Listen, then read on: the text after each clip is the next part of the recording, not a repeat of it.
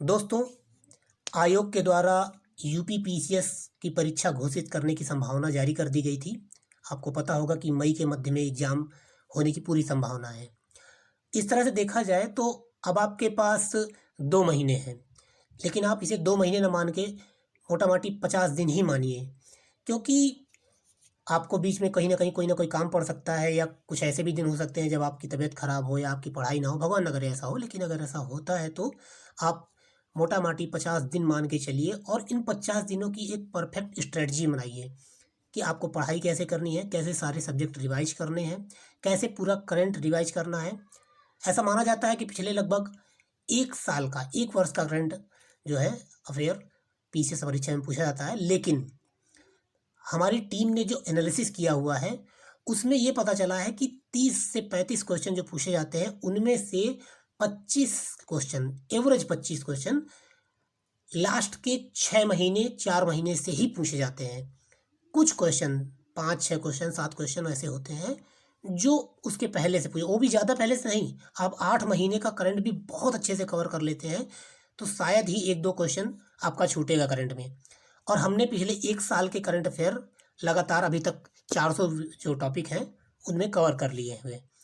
और आपने अगर इन 400 टॉपिक्स को नहीं रिवाइज़ किया है, तो एक बार स्पीड बढ़ाकर रिवाइज़ कर जाइए। इसकी पीडीएफ उपलब्ध कराई गई है, उस पीडीएफ को लेकर आप रिवाइज़ कर सकते हैं। और यदि अभी तक आपने इसके पहले का करंट अफेयर नहीं देखा है, तो अब की करंट अफेयर बिल्कुल मत छोड़िए। पिछले 300 के पहले के आपने जो ये अगर छूट चुके हैं वीडियो, तो कोई बात नहीं, लेकिन 300 के बाद के अब मत छोड़िएगा। 300 से लेके टॉपिक जो 300 नंबर का टॉपिक है, उसके बाद से लगा के अभी 100 टॉपिक जो पिछले कवर किए जा चुके हैं, वो अच्छे से कवर कर जाइए। और आगे जितने कवर किए जा रहे हैं, उन्हें अच्छे से कवर कर जाइए। और आपको लग रहा होगा कि पीसीएस के लिए जो वन लाइनर क्वेश्चंस आते हैं, चाहे वो रिपोर्ट से संबंधित हो, महत्वपूर्ण व्यक्तित्व संबंधित हो, पुरस्कार संबंधित हो, खेलों संबंधित हो, पुस्तकों से संबंधित हो, वो सारे का सारे करंट अफेयर कवर किए जाएंगे। बस इंतजार किया जा रहा है कि मार्च तक का सारा इकट्ठा हो जाए, तो आपके सामने, क्योंकि अलग अलग टुकड़ों में तोड़ तोड़ के ये चीज़ें नहीं दी जा सकती। ये चीज़ें टुकड़ों में तोड़ के दी जाएंगी तो पढ़ने में उतना फ्लो नहीं आएगा। इसलिए मार्च का इंतजार किया जा रहा है कि मार्च तक की सारी जितनी भी घटनाएं हैं, जितनी पुस्तकें, जितनी चर्चित व्यक्ति, जितने भी पुरस्कार घटनाक्रम है, वो सब इकट्ठा हो जाएं, तो वो सारी चीज़ें एक साथ मैं आपको प्रोवाइड करा दूंगा। तो देखते हैं आज का पहला टॉपिक क्या है। बहुत ध्यान से पढ़िएगा, ये फरवरी का करंट अफेयर है। फरवरी के जो मोस्ट इंपॉर्टेंट टॉपिक्स हैं, वो कवर किए गए हैं इसमें। तो इसमें अभी चर्चा में यूएनएचसीआर रहा है, संयुक्त राष्ट्र मानवाधिकार परिषद चर्चा में रहा है। तो देख लेते हैं। तो मानवाधिकार परिषद चर्चा में क्यों रहा है? क्योंकि आपने ईरान में कई सारी घटनाक्रम देखे हैं जहाँ पर बुर्के का विरोध किया जा रहा है, और इसके अलावा वहाँ पर महिलाएं खुल के सामने आ रही हैं, और ईरान की सरकार उन पे खूब अत्याचार कर रही है। तो ये मानवाधिकार का मुद्दा बहुत गंभीरता से सामने आया, और यूएनएचसीआर से संबंधित जो टॉपिक है, वो भी चर्चा में आया। तो आइए देखिए क्या है। तो मानवाधिकार जो परिषद है, ये संयुक्त राष्ट्र प्रणाली के भीतर एक अंतर सरकारी निकाय है। यानी यूनाइटेड नेशन में एक अंतर सरकारी निकाय है संयुक्त राष्ट्र मानवाधिकार परिषद, जो विश्व भर में मानवाधिकारों की रक्षा, प्रचार एवं संरक्षण के लिए जिम्मेदार है। परिषद का गठन 2006 में, ये गठन वर्ष आपको पता होना चाहिए। मैं आपको बीच में बताता जाऊंगा कि कौन सी चीज़ें इंपॉर्टेंट हैं, इतने बड़े टॉपिक में कौन सी चीज़ें इंपॉर्टेंट हैं, वो आपको बताता भी जाऊंगा। परिषद का गठन वर्ष 2006 में संयुक्त राष्ट्र महासभा द्वारा किया गया था, और इसने मानवाधिकार पर पूर्व संयुक्त राष्ट्र आयोग का स्थान लिया है। और इसके अलावा जो मानवाधिकार के लिए उच्चायुक्त का कार्यालय होता है, मानवाधिकार के लिए एक उच्चायुक्त का कार्यालय होता है, उसी कार्यालय में मानवाधिकार परिषद का सचिवालय होता है। ये आप ध्यान रखिएगा। और इसका मुख्यालय कहाँ पर है? जिनेवा, स्विट्जरलैंड में। जिनेवा, स्विट्जरलैंड में आमतौर पे ज़्यादातर अधिकांश जो मुख्यालय हैं, वो जिनेवा, स्विट्जरलैंड में ही आपको मिलेंगे। और यह 47 संयुक्त राष्ट्र सदस्यों से बना है, जो यूएनजीए यानी जो यूनाइटेड नेशन महासभा है, उसके द्वारा चुने जाते हैं ये 47 राष्ट्र। और परिषद के जो सदस्य होते हैं, वो 3 वर्ष के लिए चुने जाते हैं। ये 47 सदस्य 3 वर्ष के लिए चुने जाते हैं, और लगातार 2 कार्यकालों की सेवा देने के बाद तत्काल पुनः चयन के लिए पात्र नहीं होते हैं। ये यूनाइटेड नेशन का मानवाधिकार परिषद है, उसके लिए पात्रता है। चलिए आगे बढ़ते हैं अगले टॉपिक की ओर। अगला जो टॉपिक है, वो है बिस्फिनॉल ए। बड़ा चर्चा में रहा है बिस्फिनॉल ए, इन्वायरमेंट्स के टॉपिक में भी आएगा और स्वास्थ्य यानी कि आपके विज्ञान के टॉपिक में भी आएगा। बिस्फिनॉल ए क्या है?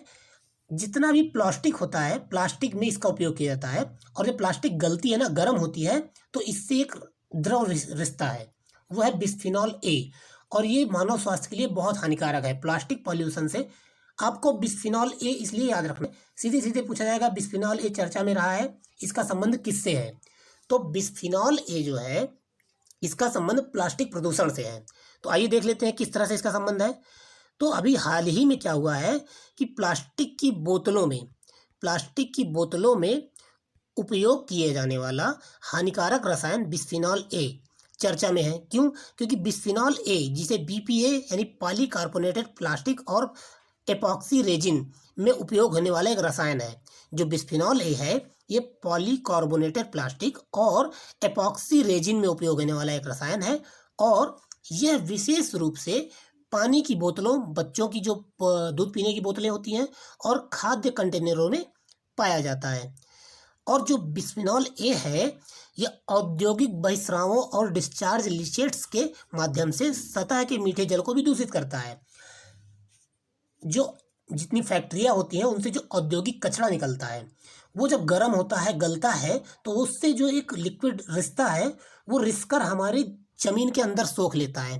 ठीक है ना? हमारे भूमिगत जल तक पहुंच जाता है। भूमिगत जल में, जिसे हम किसी समरसिबल के माध्यम से, नलकूप के माध्यम से निकालते हैं बाहर, उसमें जाके पहुंच जाता है, और ये मीठे जल को भी दूषित कर देता है। पानी में बिस्फिनॉल ए का निर्वहन तब होता है जब पर्याप्त धूप होती है और प्लास्टिक नरम पड़ जाती है। ये मैंने आपको पहले ही बता दिया है। और हाल के एक अध्ययन के अनुसार ये मच्छरों के प्रजनन को भी गति देता है। यानी कि ये जो बिस्फिनॉल ए है, ये जब रिश्ता है, तो इससे मच्छरों में प्रजनन शक्ति बढ़ती है। शरीर में बिस्फिनॉल ए रसायन के प्रवेश से यह हार्मोन्स के साथ हस्तक्षेप कर अंतःस्रावी तंत्र को बाधित कर देता है, और भ्रूण, शिशुओं तथा बच्चों के मस्तिष्क एवं प्रोस्टेट ग्रंथि को प्रभावित करता है। ये बिस्फिनॉल ए के दुष्प्रभाव बताए गए हैं। और चलिए आगे बढ़ते हैं अगले टॉपिक की ओर। अगला जो टॉपिक है हमारा, वो है कोबरा वॉरियर अभ्यास। जितनी भी सैन्य एक्सरसाइज है, उनमें से एक ना एक एक्सरसाइज हर साल प्रश्न पूछ लिया जाता है। तो एक अभी चर्चा में है कोबरा वॉरियर अभ्यास। अब कोबरा वॉरियर अभ्यास सीधे सीधे भारत से संबंधित नहीं है, केवल भारत संबंधित नहीं है। ये ब्रिटेन में रॉयल एयरफोर्स के वेडिंगटन एयरफोर्स बेस में अभ्यास कोबरा वॉरियर में भाग लेने के लिए भारतीय वायुसेना जामनगर वायु स्टेशन से प्रस्थान किया है। यानी भारतीय वायुसेना इसमें भाग लेने के लिए ब्रिटेन गई है। और ये ब्रिटेन और भारत के बीच में नहीं है, ये कई देशों का एक संयुक्त सैन्य अभ्यास है और वायुसेना का अभ्यास है, ये भी ध्यान रखिएगा। तो जो कोबरा वॉरियर अभ्यास है, ये वायुसेना का अभ्यास है, मल्टीलेटरल है, यानी कई अनेक देश इसमें शामिल हो रहे हैं, और भारत में भी शामिल हो रहा है इसमें, और ये ब्रिटेन में हो रहा है। ये 4 बातें आपको ध्यान रखनी है। यह अभ्यास 6 मार्च 2023 से लेकर 24 मार्च 2023 तक आयोजित किया जाएगा। यानी अभी चल रहा है, जब ये करंट अफेयर रिकॉर्ड किया जा रहा है, तब ये अभ्यास चल रहा है। कोबरा वॉरियर अभ्यास एक बहुपक्षीय वायुसैन्य अभ्यास है, जिसमें फिनलैंड, स्वीडन, दक्षिण अफ्रीका, अमेरिका और सिंगापुर की वायुसेनाएं भाग ले रही हैं। तो ये आपने कोबरा वॉरियर सैन्य अभ्यास के बारे में जाना। चलिए आगे बढ़ते हैं अगले टॉपिक की ओर। अगला जो टॉपिक है वो मार्कोनी प्राइज से संबंधित है। मार्कोनी प्राइज कोई भी अंतर्राष्ट्रीय पुरस्कार जो किसी भारतीय को प्राप्त हो, तो उसको थोड़ा ध्यान से पढ़ लीजिएगा। अब मार्कोनी प्राइज एक भारतीय व्यक्ति को प्राप्त हुआ है, जिनका नाम है हरि बालकृष्णन। क्या नाम है? हरि बालकृष्णन। ये भारतीय वैज्ञानिक है, कंप्यूटर वैज्ञानिक है, और इन्हें 2023 के मार्कोनी प्राइज से सम्मानित किया गया है। मार्कोनी आप जानते हैं ना, जिन्होंने रेडियो का आविष्कार किया था, और उन्हीं के नाम पर एक प्राइज बना दिया गया। डॉक्टर बालकृष्णन को वायर्ड और वायरलेस नेटवर्किंग, मोबाइल सेंसिंग एवं डिस्ट्रीब्यूटेड सिस्टम में बुनियादी योगदान हेतु यह अवार्ड प्रदान किया गया है।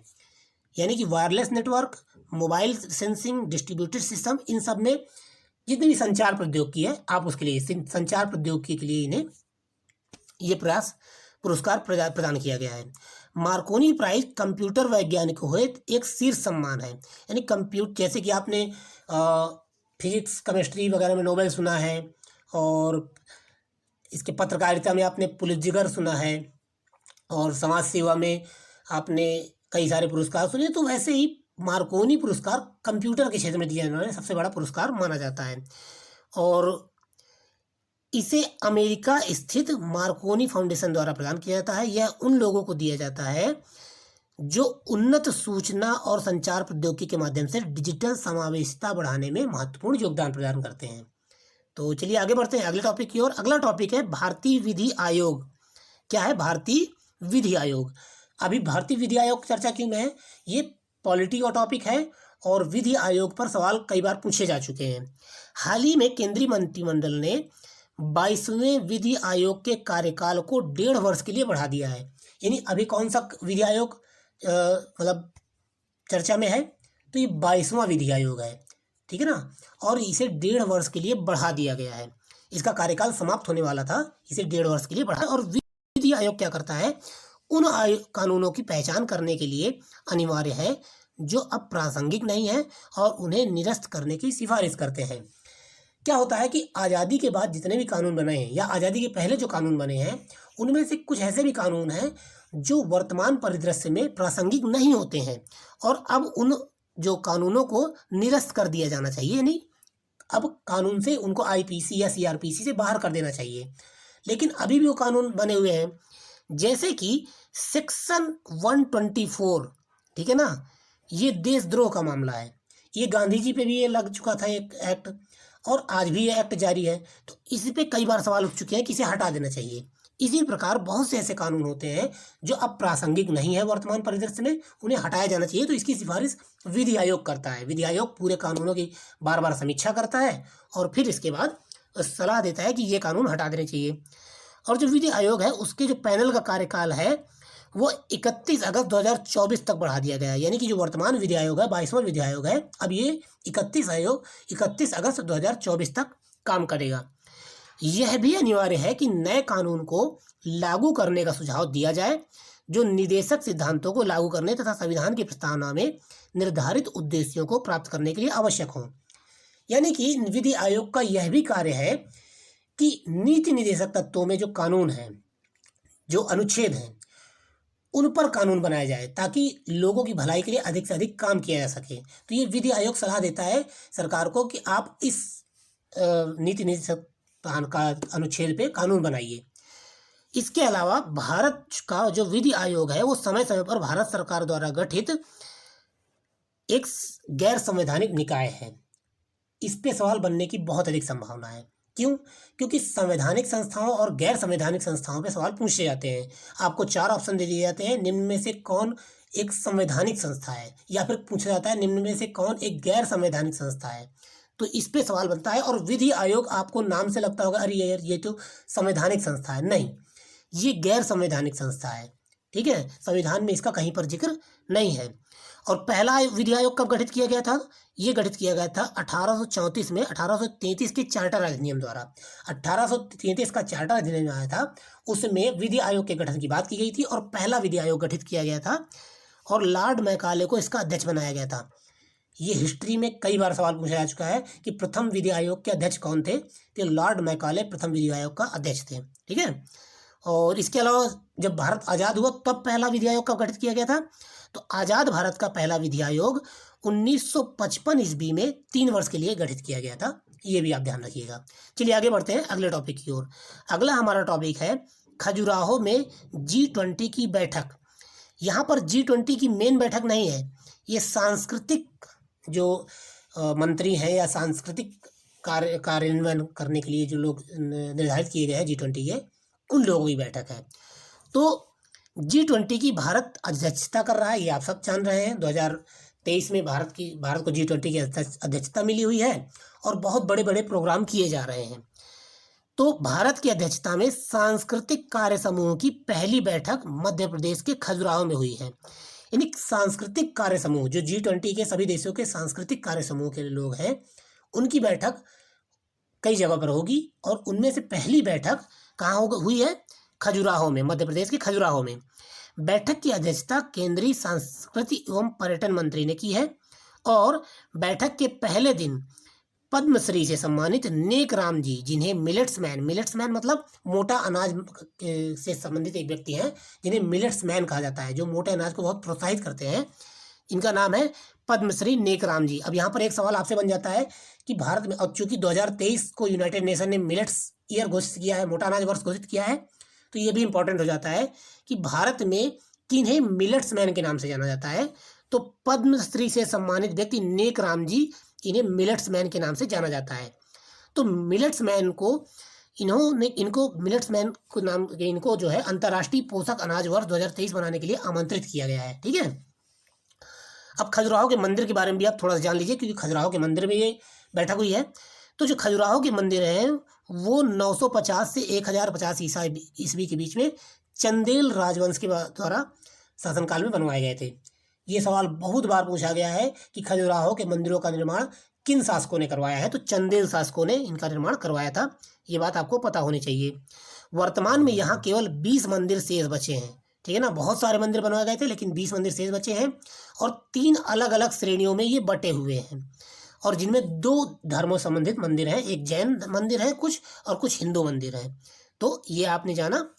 और यूनेस्को की जो खजुराहो ग्रुप ऑफ मॉन्यूमेंट्स है, इनकी साइट अपनी नागर शैली की वास्तुकला तथा नायिकाओं, हिंदू पौराणिक जो महिला नायक हैं उनके देवी देवताओं और सुंदर मूर्तियों के लिए प्रसिद्ध है। तो खजुराहो मंदिर किसके द्वारा बनवाया गया? चंदेल शासकों के द्वारा। किन धर्मों से संबंधित है? हिंदू और जैन धर्म से संबंधित है। और किस शैली में बनाए गए हैं? तो नागर शैली में बनाए गए हैं। यूनेस्को की विश्व धरोहर में भी सम्मिलित हैं, और ये वहाँ के नायक नायिका थे उस चंदेल शासकों के, उन पर आधारित है ये मंदिर। चलिए आगे बढ़ते हैं अगले टॉपिक की ओर। अगला जो टॉपिक है वह है सिंथन टॉप मार्ग। क्या है? सिंथन टॉप मार्ग। सिंथन टॉप मार्ग, अब सीधे सीधे आपसे सवाल पूछा जाएगा, हाल ही में चर्चा में रहा सिंथन टॉप मार्ग संबंधित है, कहाँ संबंधित है? केरल से संबंधित है, महाराष्ट्र संबंधित है, या फिर अरुणाचल प्रदेश संबंधित है, या जम्मू कश्मीर संबंधित है? तो ये जम्मू कश्मीर संबंधित है। हुआ ये है कि जम्मू कश्मीर में ऑफ बीट पर्यटन गंतव्य को बढ़ावा देने के उद्देश्य से पहली बार सिंथन टॉप मार्ग फरवरी 2023 में खोल दिया गया। सिंथन टॉप एक ऊंची पहाड़ी दर्रा है जो अनंतनाग जिले में ब्रेंग घाटी तथा जम्मू कश्मीर के किश्तवाड़ के बीच स्थित है। यह कश्मीर को चिनाब घाटी से जोड़ता है, और जम्मू और कश्मीर एक केंद्र शासित प्रदेश है, ये तो आप जानते ही हैं, जो देश के उत्तरी भाग में स्थित है एवं पर्यटन के प्रमुख स्थलों में से एक है। बस आप इतना याद रखिएगा, जो सिंथन टॉप मार्ग है ये जम्मू कश्मीर में एक दर्रे पर स्थित है, एक ऊंचा पहाड़ी दर्रा है अनंतनाग जिले में। ठीक है, और ये जम्मू कश्मीर के किश्तवाड़ को जोड़ेगा चिनाब घाटी से। ठीक है, चलिए आगे बढ़ते हैं अगले टॉपिक की ओर। अगला टॉपिक है डॉक्टर कनक रेले। क्या है? डॉक्टर कनक रेले। तो हाल ही में शास्त्रीय नृत्य की महान हस्ती डॉक्टर कनक रेले, जिन्हें मोहिनी अट्टम यानी जो केरल का शास्त्रीय नृत्य है उसके प्रतिपादक के रूप में जाना जाता है, इनका निधन हो गया। अब जितने भी निधन से संबंधित यूपीपीएससी में सवाल पूछे जाते हैं उनमें से ज़्यादातर ऐसे लोगों के बारे में पूछे जाते हैं जो पद्मश्री से सम्मानित है या किसी विशेष पुरस्कार सम्मानित हैं। अब देखिए, पद्मश्री से सम्मानित, बाद में इन्हें पद्म भूषण भी दिया गया था, और ये केरल के मोहिनी अट्टम के प्रतिपादक के रूप में भी जानी जाती हैं। केरल का शास्त्रीय नृत्य है मोहिनी अट्टम और कथकली, और उनमें से मोहिनी अट्टम की प्रतिपादक हैं कौन? डॉक्टर कनक रेले। इनके बारे में आपको विशेष रूप से जानकारी होनी ही चाहिए। ठीक है, तो चलिए आगे देखते हैं आगे क्या है। आगे इन्हें केरल सरकार के द्वारा गुरु गोपीनाथ राष्ट्रीय पुरस्कार से भी सम्मानित किया गया था। डॉक्टर रेले ने वर्ष 1970 में भारत में नृत्य कला में पीएचडी करने वाली पहली महिला थी। नृत्य कला में पीएचडी करने वाली पहली महिला थी ये, और इन्हें Padmashri, Sangeet Natak Akademi award, SS Subbulakshmi award, Kalidas Samman जैसे बहुत से पुरस्कार दिए गए, और बाद में पद्म भूषण से भी सम्मानित किया गया है। इसलिए बहुत महान हस्ती हैं और आपको इनके बारे में पता होना चाहिए। चलिए आगे बढ़ते हैं। अगला जो टॉपिक है वो है सामाजिक विकास आयोग। क्या है? सामाजिक विकास आयोग। भारत को वर्ष 2023 में सामाजिक विकास आयोग के 62वें सत्र के अध्यक्ष के रूप में चुना गया है। अब अगर भारत किसी चीज़ का अध्यक्ष, भारत इस वर्ष कई सारी संस्थाओं का अध्यक्ष चुना गया है। ऐसी संस्थाओं की एक लिस्ट आपके पास होनी चाहिए। हो सकता है भविष्य में, मतलब आगे कुछ दिनों में हम ऐसी लिस्ट आपको प्रोवाइड करें। तो यह घोषणा जो हुई है वो सामाजिक विकास आयोग की 13वीं पूर्ण बैठक के 61वें सत्र में की गई है, और 62वें सत्र के लिए सत्र का प्राथमिक विषय है सतत विकास के लिए 2030 एजेंडा के कार्यान्वयन पर प्रगति में तेजी लाने और गरीबी उन्मूलन के व्यापक लक्ष्य को प्राप्त करने हेतु सामाजिक नीतियों के माध्यम से सामाजिक विकास एवं सामाजिक न्याय को बढ़ावा देना, ये तय किया गया है। बहुत बड़ी थीम है, आपको याद रखने की कोई जरूरत नहीं है। बस आप ये जान लीजिए कि सामाजिक विकास आयोग का अध्यक्ष 62वें कार्यकाल के लिए, यानी 62वें जो इसका सत्र है उसके लिए भारत को इसका अध्यक्ष चुना गया है। और यह संयुक्त राष्ट्र के 6 मुख्य अंगों में से आर्थिक तथा सामाजिक परिषद द्वारा स्थापित किया गया था। जो सामाजिक विकास परिषद आयोग है, ये यूनाइटेड नेशन के इकोसोक आर्थिक तथा सामाजिक परिषद द्वारा स्थापित किया गया था। और आयोग का लक्ष्य इकोसोक को सलाह देना है। जो सामाजिक विकास आयोग है ये इकोसोक को सलाह देता है और इसका अध्यक्ष भारत को चुना गया है, ये ध्यान रखिएगा। चलिए आगे बढ़ते हैं अगले टॉपिक की ओर। अगला हमारा टॉपिक है एरो इंडिया 2023। एरो इंडिया 2023 का आयोजन कहाँ किया गया और इसमें मुख्य रूप से क्या क्या विशेष बातें रहीं वो देख लीजिए। तो एरो इंडिया 2023 का आयोजन 13 फरवरी से 17 फरवरी 2023 तक यलहंका, क्या नाम है, यलहंका नाम की जगह पर बेंगलुरु में यलहंका नाम की एक जगह है, वहाँ पर एरो इंडिया 2023 का आयोजन किया गया। जो वहाँ पर यलहंका में वायुसेना का स्टेशन है और वहाँ पर ये किया गया है। और रक्षा मंत्रालय के अनुसार यह अब तक का सबसे बड़ा आयोजन था और इसमें 98 देशों ने भागीदारी ली। ठीक है, 98 देश इसमें भागीदार रहे। और इस वर्ष जो एरो इंडिया शो है इसकी थीम थी the runway to a billion opportunities. The runway to a billion opportunities इसका थीम था। और यह प्रमुख उद्देश्य एरोस्पेस और रक्षा क्षमताओं में भारत की वृद्धि को प्रदर्शित करता है। कार्यक्रमों में रक्षा मंत्रियों का कॉन्क्लेव, राउंड टेबल, मंथन स्टार्टअप इवेंट, बंधन समारोह और ऐसे बहुत सारे जो शो हुए थे। इसमें मुख्य रूप से एरो शो जो जनता के लिए खोला गया था वो हुआ था। इसमें हवाई प्रदर्शन किया जाता है, आपने टीवी में या न्यूज में देखा होगा। और भारत में एक निजी कंपनी द्वारा पहले विमान यात्री के निर्माण और संयोजन हेतु गोपालन arrow space India private limited तथा चेक गणराज्य के ओमनीपोल के बीच एक समझौता हुआ है। यानी प्राइवेट रूप से अब हवाई जहाज बनाए जाएंगे, यात्री विमान बनाए जाएंगे, उसके लिए भी एक समझौता हुआ है इस एरो स्पेस इंडिया में। ठीक है, चलिए आगे बढ़ते हैं अगले टॉपिक की ओर। अगला जो टॉपिक है वो भी एक युद्धाभ्यास संबंधित है, अभ्यास धर्म गार्जियन। जहाँ पे भी आपको गार्जियन मिले अभ्यास में तो समझिएगा कि जापान से संबंधित है। धर्म शब्द इंडिया संबंधित है और गार्जियन शब्द जापान संबंधित है। तो गार्जियन जहाँ भी मिल जाए तो आप समझ जाइएगा कि जापान और भारत के बीच में है। तो भारत और जापान के मध्य संयुक्त सैन्य अभ्यास धर्म गार्जियन का 4था संस्करण जापान में आयोजित किया गया। ये ध्यान देने वाली बात है। ठीक है, क्योंकि धर्म गार्जियन इस वर्ष कहाँ आयोजित हुआ, जापान में। और यह अभ्यास जापान के साथ एक वार्षिक अभ्यास है और इसमें जो भारत और जापान के बीच सुरक्षा चुनौतियों के लिए जो समन्वय है वो स्थापित किया जाता है। और इसके अलावा भारत और जापान के बीच और कौन कौन से अभ्यास होते हैं, तो भारत और जापान के बीच एक जीमेक्स नाम का अभ्यास होता है जो नौसेना अभ्यास है। और सिन्यू मैत्री ये वायुसेना का अभ्यास है भारत जापान के बीच में, ये भी आप ध्यान रखिएगा। चलिए आगे बढ़ते हैं अगले टॉपिक की ओर। अगला टॉपिक है आदि महोत्सव। आदि महोत्सव प्रतिवर्ष आयोजित होता है और ये जनजातियों से संबंधित है। ट्राइफेड नाम की एक संस्था है जो जनजातियों के लिए कार्य करती है और जनजातियों के द्वारा जो वनोपज, ये वन में उपजने वाले छोटे छोटे उत्पाद हैं उनका इकट्ठा किया जाता है, उसको प्रसंस्कृत किया जाता है और उनको भारत की बाजारों में बेचा जाता है। तो इसके लिए एक आदि महोत्सव का आयोजन किया जाता है ताकि पूरे देश को इस बारे में पता चल सके कि जनजातियों के द्वारा कौन कौन से महोत्सव, कौन कौन से कल्चर, उनके व्यापार के बारे में आपको पता चल सके। तो हाल ही में प्रधानमंत्री नरेंद्र मोदी जी ने नई दिल्ली में 2 सप्ताह तक चलने वाले प्रदर्शनी आदि महोत्सव का उद्घाटन किया। यह महोत्सव जनजातीय संस्कृति, शिल्प, व्यंजन, वाणिज्य और पारंपरिक कला की भावना को प्रोत्साहित करता है। उसमें जनजातियों की संस्कृति, शिल्प, व्यंजन, वाणिज्य और पारंपरिक कला को प्रोत्साहित करने का काम किया जाता है। ये जनजातीय मंत्रालयों के जो मामलों के मंत्रालय है, इसके तहत एक संस्था है सहकारी विपणन विकास लिमिटेड, जिसको अंग्रेजी में कहा जाता है tribal cooperation marketing development federation limited. इसका शॉर्ट में ट्राइफेड नाम है, मैंने बताया ना। ये ट्राइफेड हर साल इसको आयोजित करता है वार्षिक रूप से और ट्राइफेड की स्थापना 1987 में की गई थी। ये बहुत इंपॉर्टेंट है। ट्राइफेड संस्था जनजातीय कार्य मंत्रालय के अंतर्गत आती है और इसका गठन 1987 में भारत सरकार के द्वारा कल्याण मंत्रालय के अधीन किया गया था। ठीक है, और राष्ट्रीय स्तर का ये सहकारी निकाय है, ये भी ध्यान रखिएगा। इसका मूल उद्देश्य सहकारी समिति अधिनियम 1984 के तहत उनके द्वारा एकत्र किए गए, जनजातियों के द्वारा एकत्र किए गए लघु वनोपज और अधिशेष कृषि उत्पाद के व्यापार को संस्थागत बनाकर देश के आदिवासियों का सामाजिक आर्थिक विकास करना है।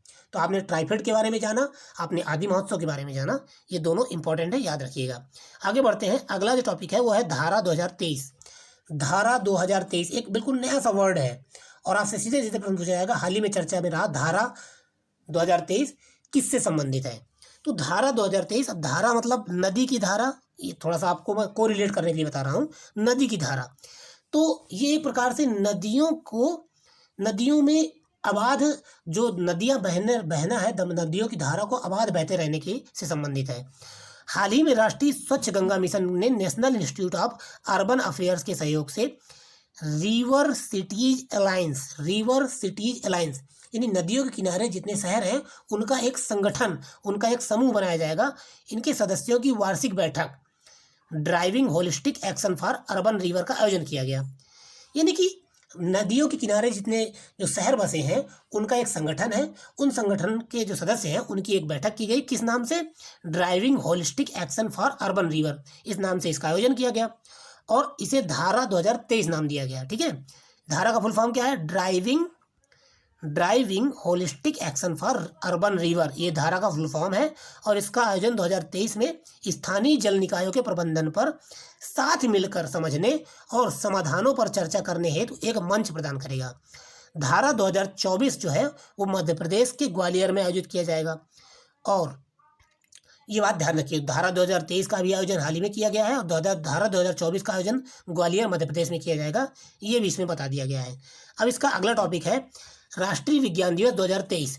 वर्ष 1986 में भारत सरकार ने रमन प्रभाव की खोज की घोषणा के उपलक्ष्य में 28 फरवरी को राष्ट्रीय विज्ञान दिवस के रूप में मनाना शुरू किया था। कब से? 1986 से प्रारंभ किया गया था राष्ट्रीय विज्ञान दिवस मनाना। किस उपलक्ष्य में? डॉक्टर जो सीवी रमन थे, उनके जो जिस दिन उन्होंने रमन इफेक्ट की खोज की थी उसी दिन को राष्ट्रीय विज्ञान दिवस के रूप में मनाया जाता है, 28 फरवरी का दिन। और इस वर्ष जो इस राष्ट्रीय विज्ञान दिवस का संस्करण है वो भारत की G20 अध्यक्षता के आलोक में इसकी थीम रखी गई है global science for global wellbeing, global science for global wellbeing. अब भारत में राष्ट्रीय विज्ञान दिवस मनाया जा रहा है और G20 की अध्यक्षता भी भारत कर रहा है, तो इस उपलक्ष्य में अंतर्राष्ट्रीय ख्याति को ध्यान में रखते हुए इसकी थीम रखी गई है global science for global well being. आपसे सीधे सीधे सवाल पूछा जाएगा कि वर्ष 2023 में राष्ट्रीय विज्ञान दिवस की थीम क्या थी, और 4 थीमें दे दी जाएंगी, उनमें से ये थीम आपको ध्यान रखना है। और 28 फरवरी को ये मनाया जाता है, ये भी आपको ध्यान रखना है। 1986 में रमन इफेक्ट के साथ इसकी शुरुआत की गई थी, ये भी ध्यान रखना है। ठीक है, चलिए अगला टॉपिक देखते हैं। अगला टॉपिक है यूपीआई पे नाउ इंटीग्रेशन। यूपीआई हमारे भारत का एक पेमेंट सिस्टम है और पे नाउ सिंगापुर का एक पेमेंट सिस्टम है। पे नाउ, इन दोनों के बीच में एक कोलैबोरेशन हुआ है, एक समझौता हुआ है, वो देख लेते हैं।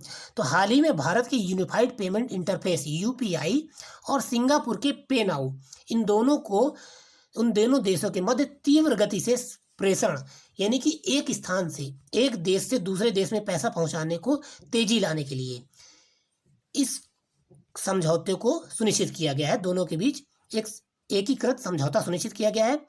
सिंगापुर पहला ऐसा देश बन गया है जिसके साथ सीमा पार पर्सन टू पर्सन भुगतान की सुविधा शुरू की गई है। यानी पर्सन टू, अभी क्या होता था, एक देश से दूसरे देश पैसा भेजा जाता था, फिर इसके बाद उस देश की बैंक के पास पैसा जाता था और फिर उस व्यक्ति के पास पैसा पहुंचता था, तो काफ़ी टाइम लगता था।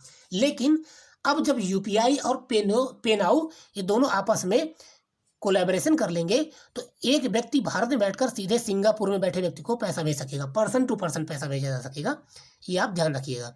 ठीक है, और ये भागीदारी विश्व में पहली साझेदारी होगी। ठीक है, आगे बढ़ते हैं। वाइब्रेंट विलेज प्रोग्राम अगला टॉपिक है, वाइब्रेंट विलेज प्रोग्राम। इसके बारे में हम पहले भी चर्चा कर चुके हैं।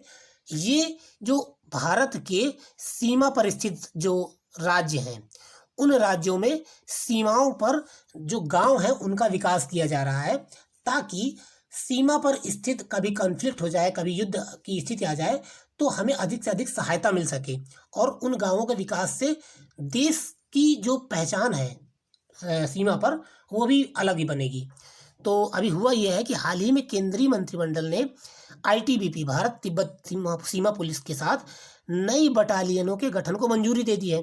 साथ ही चीन सीमा पर सामाजिक एवं सुरक्षा ढांचे को मजबूत करने हेतु वाइब्रेंट विलेज प्रोग्राम के तहत 4800 करोड़ रुपए आवंटित किए हैं।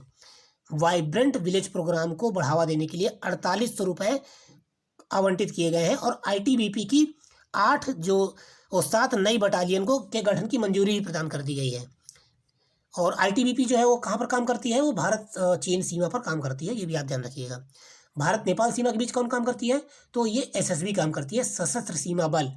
भारत पाकिस्तान के बीच कौन काम करती है? तो ये हमारी बीएसएफ काम करती है और बांग्लादेश के साथ भी बीएसएफ काम करती है। तो ये आपको ध्यान रखना है, ये आपको पता होना चाहिए। यह केंद्रीय वित्त पोषित कार्यक्रम है, यानी कि पूरी तरह केंद्र के द्वारा इसमें पैसा लगाया जाएगा वाइब्रेंट विलेज प्रोग्राम में, और जिसकी घोषणा केंद्रीय बजट वर्ष 2022-23 में की गई थी और 2025-26 तक ये पूरा प्रोग्राम चलाया जाएगा। इसमें उत्तर में जो सीमावर्ती जो गांव है उनको विकसित करने में ऐसे सीमावर्ती गांवों के निवासियों के जीवन स्तर को बेहतर करने का लक्ष्य के साथ इस वाइब्रेंट विलेज प्रोग्राम को चलाया गया है। ठीक है, और इसमें कौन कौन से राज्य हैं जिनमें ये वाइब्रेंट विलेज प्रोग्राम चलाया जाएगा? इसमें हिमाचल प्रदेश, उत्तराखंड, अरुणाचल प्रदेश, सिक्किम, लद्दाख, ये सीमावर्ती गांव हैं। इनमें से ज़्यादातर की सीमा चीन के साथ लगती है और इन्हीं गांवों में ये प्रोग्राम चलाया गया है। कैबिनेट ने मनाली दरचा पदुम निम्मू क्षेत्र में, ये मनाली दरचा पदुम निम्मू क्षेत्र में 4.1 किलोमीटर लंबी सिंकुला सुरंग को भी मंजूरी दे दी है। सिंकुला सुरंग कहाँ है? ये मनाली दरचा पदुम निम्मू क्षेत्र में 4.1 किलोमीटर लंबी सुरंग है, जो सभी मौसमों में लद्दाख के साथ संपर्क बनाए रखने में सहायक होगी। तो और इसका उद्देश्य क्या है? इसका उद्देश्य वास्तविक नियंत्रण रेखा, जो लाइन ऑफ एक्चुअल कंट्रोल है, उस पर सुरक्षा ग्रिड को, यानी सिक्योरिटी ग्रिड को मजबूत करना है। और यह आईटीबीपी को अपने सुरक्षा कर्मियों को आराम करने, स्वस्थ होने और प्रशिक्षित करने हेतु अवसर प्रदान करेगा। अब जाहिर सी बात है, आपका आसपास के गाँव मतलब बेहतर होंगे, विकसित होंगे, तो वहाँ पर आईटीबीपी और अधिक अपने लिए सुविधाएं प्रदान कर सकेगी। चलिए आगे बढ़ते हैं अगले टॉपिक की ओर। अगला जो टॉपिक है वह है अंतर्राष्ट्रीय बौद्धिक संपदा सूचकांक 2023। हाल ही में आप एक सूचकांक जारी किया गया है, हर साल जारी होता है, लेकिन अभी 2023 में इसे जारी किया गया है। तो यूएस चैम्बर्स ऑफ कॉमर्स के द्वारा ये जारी होता है। अंतर्राष्ट्रीय बौद्धिक संपदा सूचकांक जो है ये किसके द्वारा जारी होता है? यूएस चैम्बर्स ऑफ कॉमर्स के द्वारा। ठीक है, और अंतर्राष्ट्रीय बौद्धिक संपदा, जिसे इंटेलेक्चुअल प्रॉपर्टी राइट्स कहा जाता है, ये इसका सूचकांक इस सूचकांक में भारत जो है वो 55 प्रमुख वैश्विक अर्थव्यवस्थाओं में 42वें स्थान पर है। बहुत खराब स्थिति है भारत की। 55 देशों का मूल्यांकन किया गया, सूचकांक प्रदान किया गया, जिसमें से भारत को रैंकिंग 42 प्रदान की गई है, जिसके अनुसार भारत उन उभरते बाजारों का नेतृत्व करने के साथ सक्षम है जो आईपी संचालित नवाचार के माध्यम से अपनी अर्थव्यवस्था को बदलना चाहते हैं। इंटेलेक्चुअल प्रॉपर्टी है, उसके द्वारा संचालित नवाचार के माध्यम से भारत अपनी अर्थव्यवस्था को बदलने में सक्षम है, ऐसा इस रिपोर्ट में बताया गया है। और अंतर्राष्ट्रीय इंटेलेक्चुअल प्रॉपर्टी जो सूचकांक है उसमें अमेरिका सबसे ऊपर है, ये भी आपको ध्यान रखना है। और इसके बाद यूनाइटेड किंगडम और फ्रांस है, यानी अमेरिका, ब्रिटेन, फ्रांस ये पहले, दूसरे, तीसरे नंबर पे है। भारत 42वें नंबर पर है, ये आपको ध्यान रखना है। आगे बढ़ते हैं अगले टॉपिक की ओर। अगला टॉपिक है सागर परिक्रमा। मत्स्य विभाग, मत्स्य पालन, पशुपालन और डेयरी मंत्रालय और राष्ट्रीय मत्स्य विकास बोर्ड ने 19 फरवरी 2023 को गुजरात के सूरत में सागर परिक्रमा के तीसरे चरण का आयोजन किया है। इस कार्यक्रम का मुख्य उद्देश्य मत्स्य पालन से संबंधित विभिन्न योजनाओं और कार्यक्रमों के बारे में जानकारी का प्रचार प्रसार करना, सतत संतुलन पर ध्यान देने योग्य उत्तरदायित्वपूर्ण मत्स्य पालन को बढ़ावा देना और समुद्री पारिस्थितिकी तंत्र की सुरक्षा करना है। ठीक है, इस कार्यक्रम के पहले चरण की शुरुआत मार्च 2022 को मांडवी से की गई थी और इसका समापन 6 मार्च 2022 को पोरबंदर गुजरात में हुआ था। ठीक है, और इस अवसर पर मछुआरों और मत्स्य पालन से जुड़े लोगों में किसान क्रेडिट कार्ड भी वितरित किए गए थे, ये आप ध्यान रखिएगा। ठीक है, तो आपने सागर परिक्रमा के बारे में जाना, ये मत्स्य पालन वगैरह से संबंधित है और सूरत में इसका आयोजन किया गया था और किसान क्रेडिट कार्ड भी इसमें वितरित किए गए थे, ये भी आपको ध्यान रखना है। अगला टॉपिक है 2023 में वैश्विक विकास में भारत का योगदान। ये IMF की एक रिपोर्ट है जिसमें बताया गया है कि वैश्विक विकास में भारत का क्या योगदान रहेगा। तो क्या है, अंतर्राष्ट्रीय मुद्रा कोष यानी IMF के अनुसार भारत अकेले वर्ष 2023 में वैश्विक विकास में 15% का योगदान देगा। ये बहुत बड़ी बात है कि 15% का योगदान अकेले भारत वैश्विक विकास में देगा। यानी भारत की जो अर्थव्यवस्था है बहुत तेजी से ग्रो कर रही है। विश्व अर्थव्यवस्था के अनुरूप उज्जवल स्थल बना रहेगा भारत, यानी कि ब्राइट स्पॉट। IMF ने भारत की अर्थव्यवस्था को ब्राइट स्पॉट कहा है, उज्जवल स्थल कहा है, ब्राइट स्पॉट कहा है, ये भी ध्यान रखिएगा। विकास की संभावनाएं भारत में ऐसे समय में उज्जवल स्थल यानी ब्राइट स्पॉट बना हुआ है जब IMF ने वर्ष 2023 को अर्थव्यवस्था के लिए कठिन समय के अनुमान होने का लगाया है। यानी कि IMF ने यह भी बताया है कि वर्ष 2023 जो है वैश्विक अर्थव्यवस्था के लिए बहुत कठिन समय रहेगा। ठीक है ना, लेकिन इस कठिन समय में भी भारत की तारीफ की गई है और बताया गया है कि भारत बिल्कुल ब्राइट स्पॉट रहेगा और 15% की जो वृद्धि है वो दर्ज की जाएगी। वैश्विक जो वृद्धि में 15% से भारत योगदान करेगा और वैश्विक विकास दर 2022 के लिए 3.4 से घटकर वर्ष 2023 में 2.9, यानी अगर विश्व की आर्थिक व्यवस्था देखी जाए, विश्व की अर्थव्यवस्था देखी जाए तो वो 2022 से में 3.4 से घटकर 2.9% पे आ गई है और भारत की अर्थव्यवस्था बढ़ के 15%। आप अंतर देखिए कि विश्व की अर्थव्यवस्था केवल 2.9% और भारत की अर्थव्यवस्था 15%। तो कितना ज़्यादा मतलब अंतर है, भारत की अर्थव्यवस्था कितनी तेज़ी से ग्रो कर रही है। चलिए आज के आखिरी टॉपिक की ओर बढ़ते हैं। आज का जो आखिरी टॉपिक है वह नवाचार पर जर्मनी और भारत का सहयोग। नवाचार पर भारत और जर्मनी का सहयोग। तो हाल ही में भारतीय प्रधानमंत्री की जर्मन चांसलर के साथ मुलाकात हुई और नवाचार एवं प्रौद्योगिकी पर सहयोग पर बढ़ावा देने हेतु एक विजन दस्तावेज पर सहमति व्यक्त की गई है। इसे दो प्रमुख अर्थव्यवस्थाओं के मध्य हस्ताक्षरित अब तक का सबसे व्यापक आर्थिक दस्तावेज माना जाता है।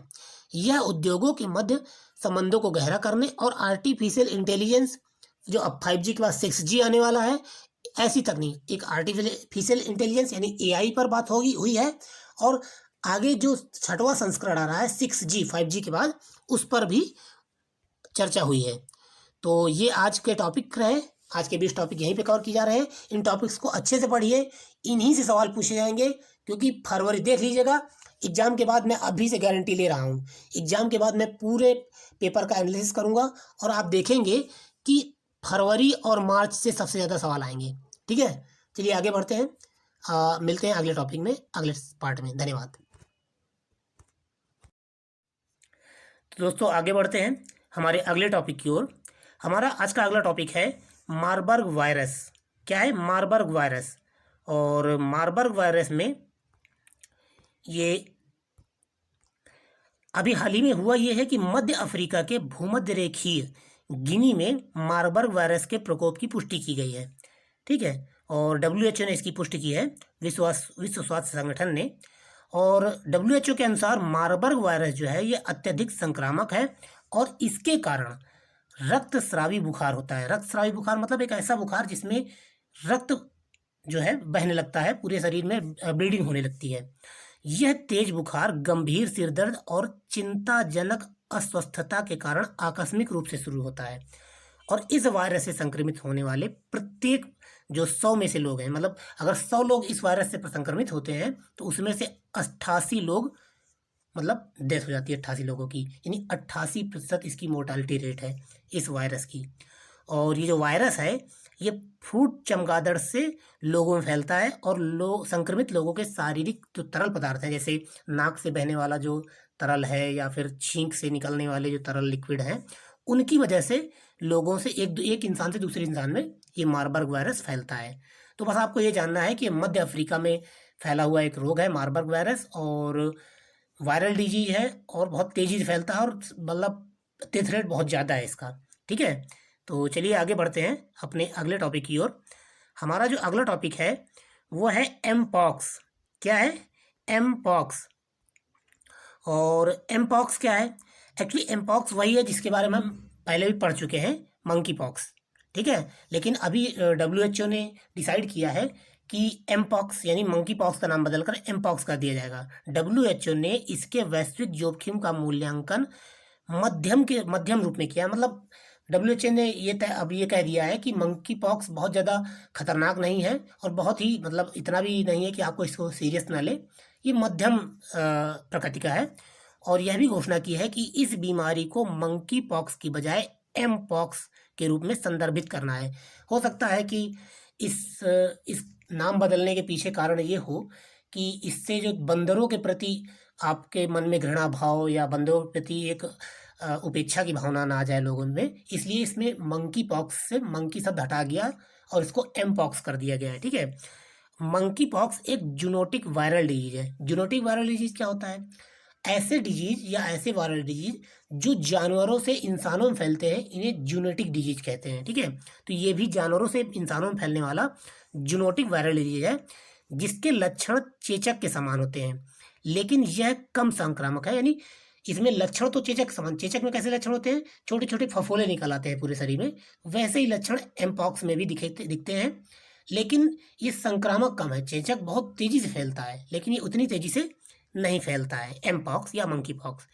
और कांगो लोकतांत्रिक जो गणराज्य है, इसके अफ्रीकी देश में यह पहली बार 1770 में मनुष्य में पाया गया था। यानी अफ्रीका के कांगो गणराज्य में सबसे पहले 1970 में पाया गया था।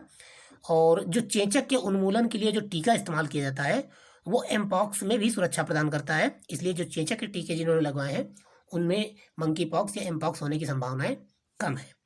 तो चलिए आगे बढ़ते हैं अपने अगले टॉपिक की ओर। अगला टॉपिक है खनन प्रहरी मोबाइल ऐप। क्या है? खनन प्रहरी मोबाइल ऐप।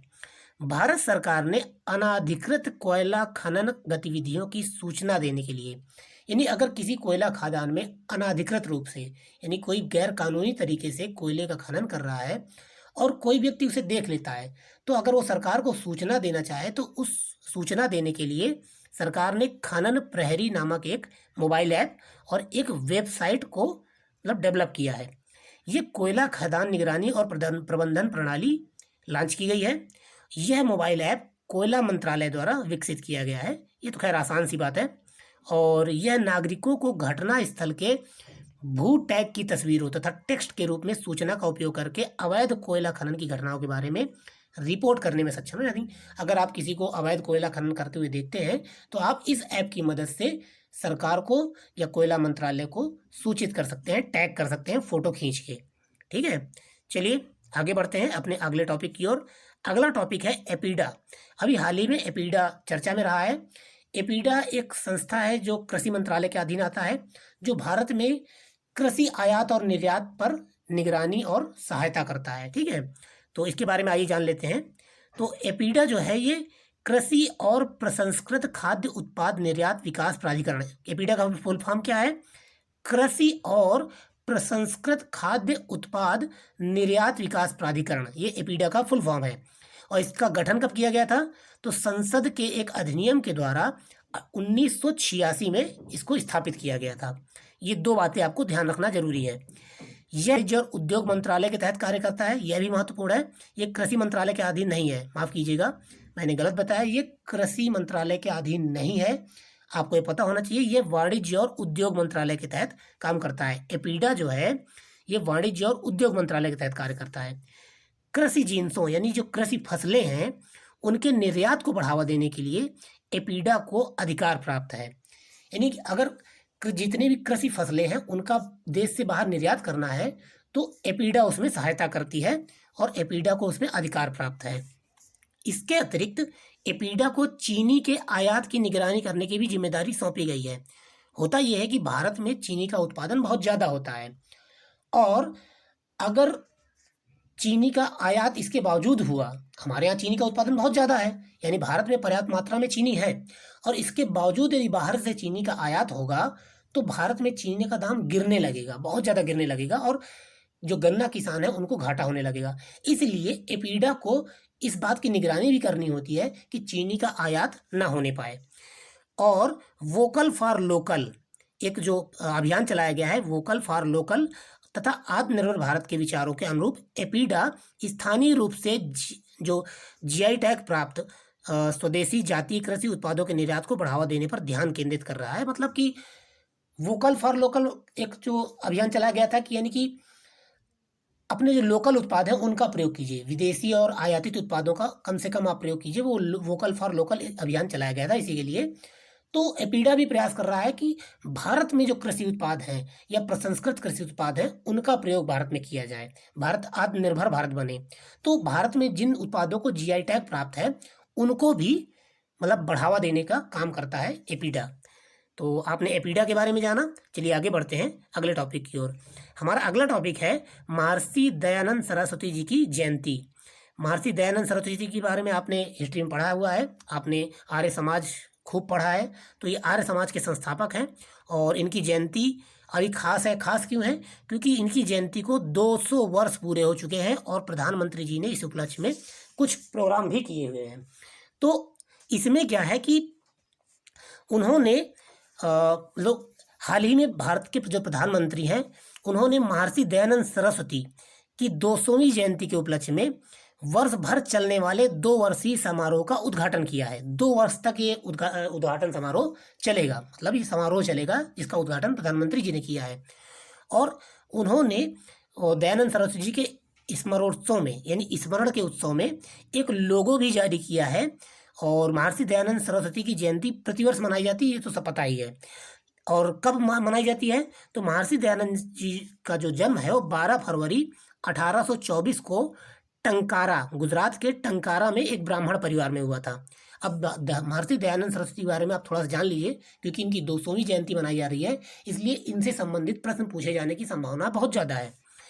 तो अब इसके बाद बात करें तो दयानंद सरस्वती जी के विचार जो थे उनकी प्रसिद्ध रचना सत्यार्थ प्रकाश में प्रकाशित हुए थे। सत्यार्थ प्रकाश को अंग्रेजी में द ट्रुथ एक्सपोजिशन कहते हैं, ठीक है। और वह एक भारतीय दार्शनिक, सामाजिक नेता और आर्य समाज के संस्थापक थे, ये तो आपको पता ही है। उनके सपनों के भारत का एक समाज जो है वो वर्गहीन और जातिविहीन समाज था। यानी वो चाहते थे कि पूरे भारत में किसी प्रकार का कोई वर्ग और जाति जो जातिगत टुकड़े में बटा हुआ भारत है वो ना हो। यही कारण है कि आपने देखा होगा कि जो लोग घर से भाग के शादी करते हैं, अंतरजातीय विवाह करते हैं, वो आर्य समाज के मंदिरों में विवाह करते हैं, क्योंकि वहाँ पर जातिगत प्रथाओं का मतलब कोई विभेद नहीं किया जाता है। तो और दयानंद सरस्वती जी ने वेदों से प्रेरणा ली थी। उन्हें शक्ति अथवा समर्थन का एक अटूट स्रोत माना था। मतलब माना था कि वेद जो है वो शक्ति और समर्थन का एक अटूट स्रोत है। और उन्होंने वेदों की ओर लौटने का नारा भी दिया था। उन्होंने क्या नारा दिया था? वेदों की ओर लौटो। स्वामी दयानंद सरस्वती के सपनों को साकार करने के लिए ही 1886 में DAV दयानंद एंग्लो वैदिक स्कूल अस्तित्व में आए थे। आपने पूरे भारत में कहीं ना कहीं एंग्लो वैदिक स्कूल सुने होंगे, DAV स्कूल सुने होंगे। कानपुर में भी DAV स्कूल है और भी कई जगहों पर DAV स्कूल है। ये दयानंद जी की मतलब दयानंद जी की याद में ही ये स्कूल बनाए गए थे, तो आर्य समाज के द्वारा बनवाए गए थे। तो इसके अलावा आप जब इतिहास का रिवीजन कीजिएगा तो दयानंद सरस्वती जी के बारे में और आर्य समाज के बारे में विशेष रूप से ज़्यादा पढ़ने की कोशिश कीजिएगा। चलिए आगे बढ़ते हैं अपने अगले टॉपिक की ओर। हमारा अगला टॉपिक है अमृतपेक्स। क्या है? अमृतपेक्स 2023। अमृतपेक्स 2023 क्या है? तो हाल ही में संचार, इलेक्ट्रॉनिक्स और सूचना प्रौद्योगिकी मंत्री ने अमृतपेक्स 2023 राष्ट्रीय डाक प्रदर्शनी का उद्घाटन किया है। तो अमृतपेक्स क्या है? ये राष्ट्रीय डाक प्रदर्शनी है, राष्ट्रीय डाक टिकट प्रदर्शनी है। और डाक टिकटों का 5 दिवसीय महाकुंभ है। कब? 11 से 15 फरवरी तक ये प्रगति नई दिल्ली में आज़ादी के अमृत महोत्सव के तहत आयोजित किया जा रहा है, ठीक है ना, आयोजित किया जा चुका है। और इस प्रदर्शनी में देश के इतिहास और संस्कृति से संबंधित डाक टिकट तथा फोटोग्राफिक संग्रह प्रदर्शित किए जाएंगे। यानी डाक टिकटों का जो लोग संग्रह करते हैं, जो शौकीन हैं, उनका प्रदर्शन वो लोग करेंगे। यह 5 विषयों पर आधारित होगा। ये जो डाक टिकट है वो 5 विषयों पर इनका प्रदर्शन होगा। आज़ादी का अमृत महोत्सव पहला टॉपिक है। नया भारत, युवा शक्ति, नारी शक्ति, प्रकृति और वन्य जीवन तथा भारत की संस्कृति एवं इतिहास, ये 5 टॉपिक पर ये प्रदर्शनी आयोजित की जाएगी। भारत में पहली बार आभासी वास्तविकता यानी जो वर्चुअल रियलिटी और संवर्धित वास्तविकता एगमेंटेड रियलिटी जैसे अत्याधुनिक तकनीक को देश की समृद्धि, सांस्कृतिक विरासत, इतिहास तथा प्राकृतिक एवं वन्य जीवन को प्रदर्शित करने हेतु टिकटों को यात्रा को प्रदर्शित करने के लिए नियोजित किया गया है। ठीक है ना। तो आप बस इतना याद रखिएगा, अमृत पैक्स 2023 किस लिए आयोजित किया गया है, तो ये डाक टिकटों का एक प्रदर्शनी है। ठीक है ना। तो चलिए आगे बढ़ते हैं अगले टॉपिक की ओर। हमारा अगला टॉपिक है भाषिणी मिशन। क्या है? भाषिणी मिशन। ये फरवरी 2023 के सबसे महत्वपूर्ण करंट अफेयर है। और याद रखिएगा, एग्जाम के बाद मैं आपको दिखाऊंगा कि यूपीपीसीएस ने जनवरी से लेकर अप्रैल तक 4 महीने के ही सबसे ज़्यादा करंट अफेयर पूछे हैं। इसलिए मैं बार बार जोर दे रहा हूँ कि जो 300 टॉपिक नंबर 300 से लेकर आगे जितने भी करंट अफेयर पढ़ाए जा रहे हैं, बहुत ध्यान से बार बार रिवाइज कीजिए इनको। तो अगला टॉपिक है भाषिणी मिशन। भाषिणी मिशन क्या है? तो हाल ही में G20 से अधिक, मतलब सब माफ़ कीजिएगा, मैं यहाँ पर गलत पढ़ गया हूँ। हाल ही में 20 से अधिक स्थानीय भारतीय भाषाओं में उपलब्ध UPI 123 पे। आपने UPI 123 पे के बारे में सुना है? जो साधारण मोबाइल होता है, जो बेसिक मोबाइल होता है, जो कीपैड वाला मोबाइल होता है, उसके माध्यम से यदि हमें पेमेंट करना है किसी मतलब UPI का, तो उसके लिए UPI 123 पे की शुरुआत की गई थी। ठीक है ना। तो अभी क्या हुआ है कि हाल ही में 20 से अधिक जो स्थानीय भाषाओं में उपलब्ध UPI 123 के माध्यम से डिजिटल भुगतान करने के लिए मिशन भाषिणी की क्षमताओं को एकीकृत भुगतान इंटरफेस यानी UPI के साथ जोड़ दिया गया है। अभी तक UPI 123 एक केवल 20 भाषाओं में संचालित हो रहा था, यानी 20 भाषाओं में UPI 123 पे के माध्यम से आप पेमेंट कर सकते थे। लेकिन अब UPI 123 पे को भाषिणी इंटरफेस के साथ जोड़ दिया गया है। भाषिणी जो मिशन है उसके साथ जोड़ दिया गया है। अब इससे क्या होगा, और भी ढेर सारी भाषाएं इससे जुड़ जाएंगी और UPI 123 पे कई सारी भाषाओं में भी उपलब्ध हो जाएगा, अन्य कई सारी भाषाओं में उपलब्ध हो जाएगा।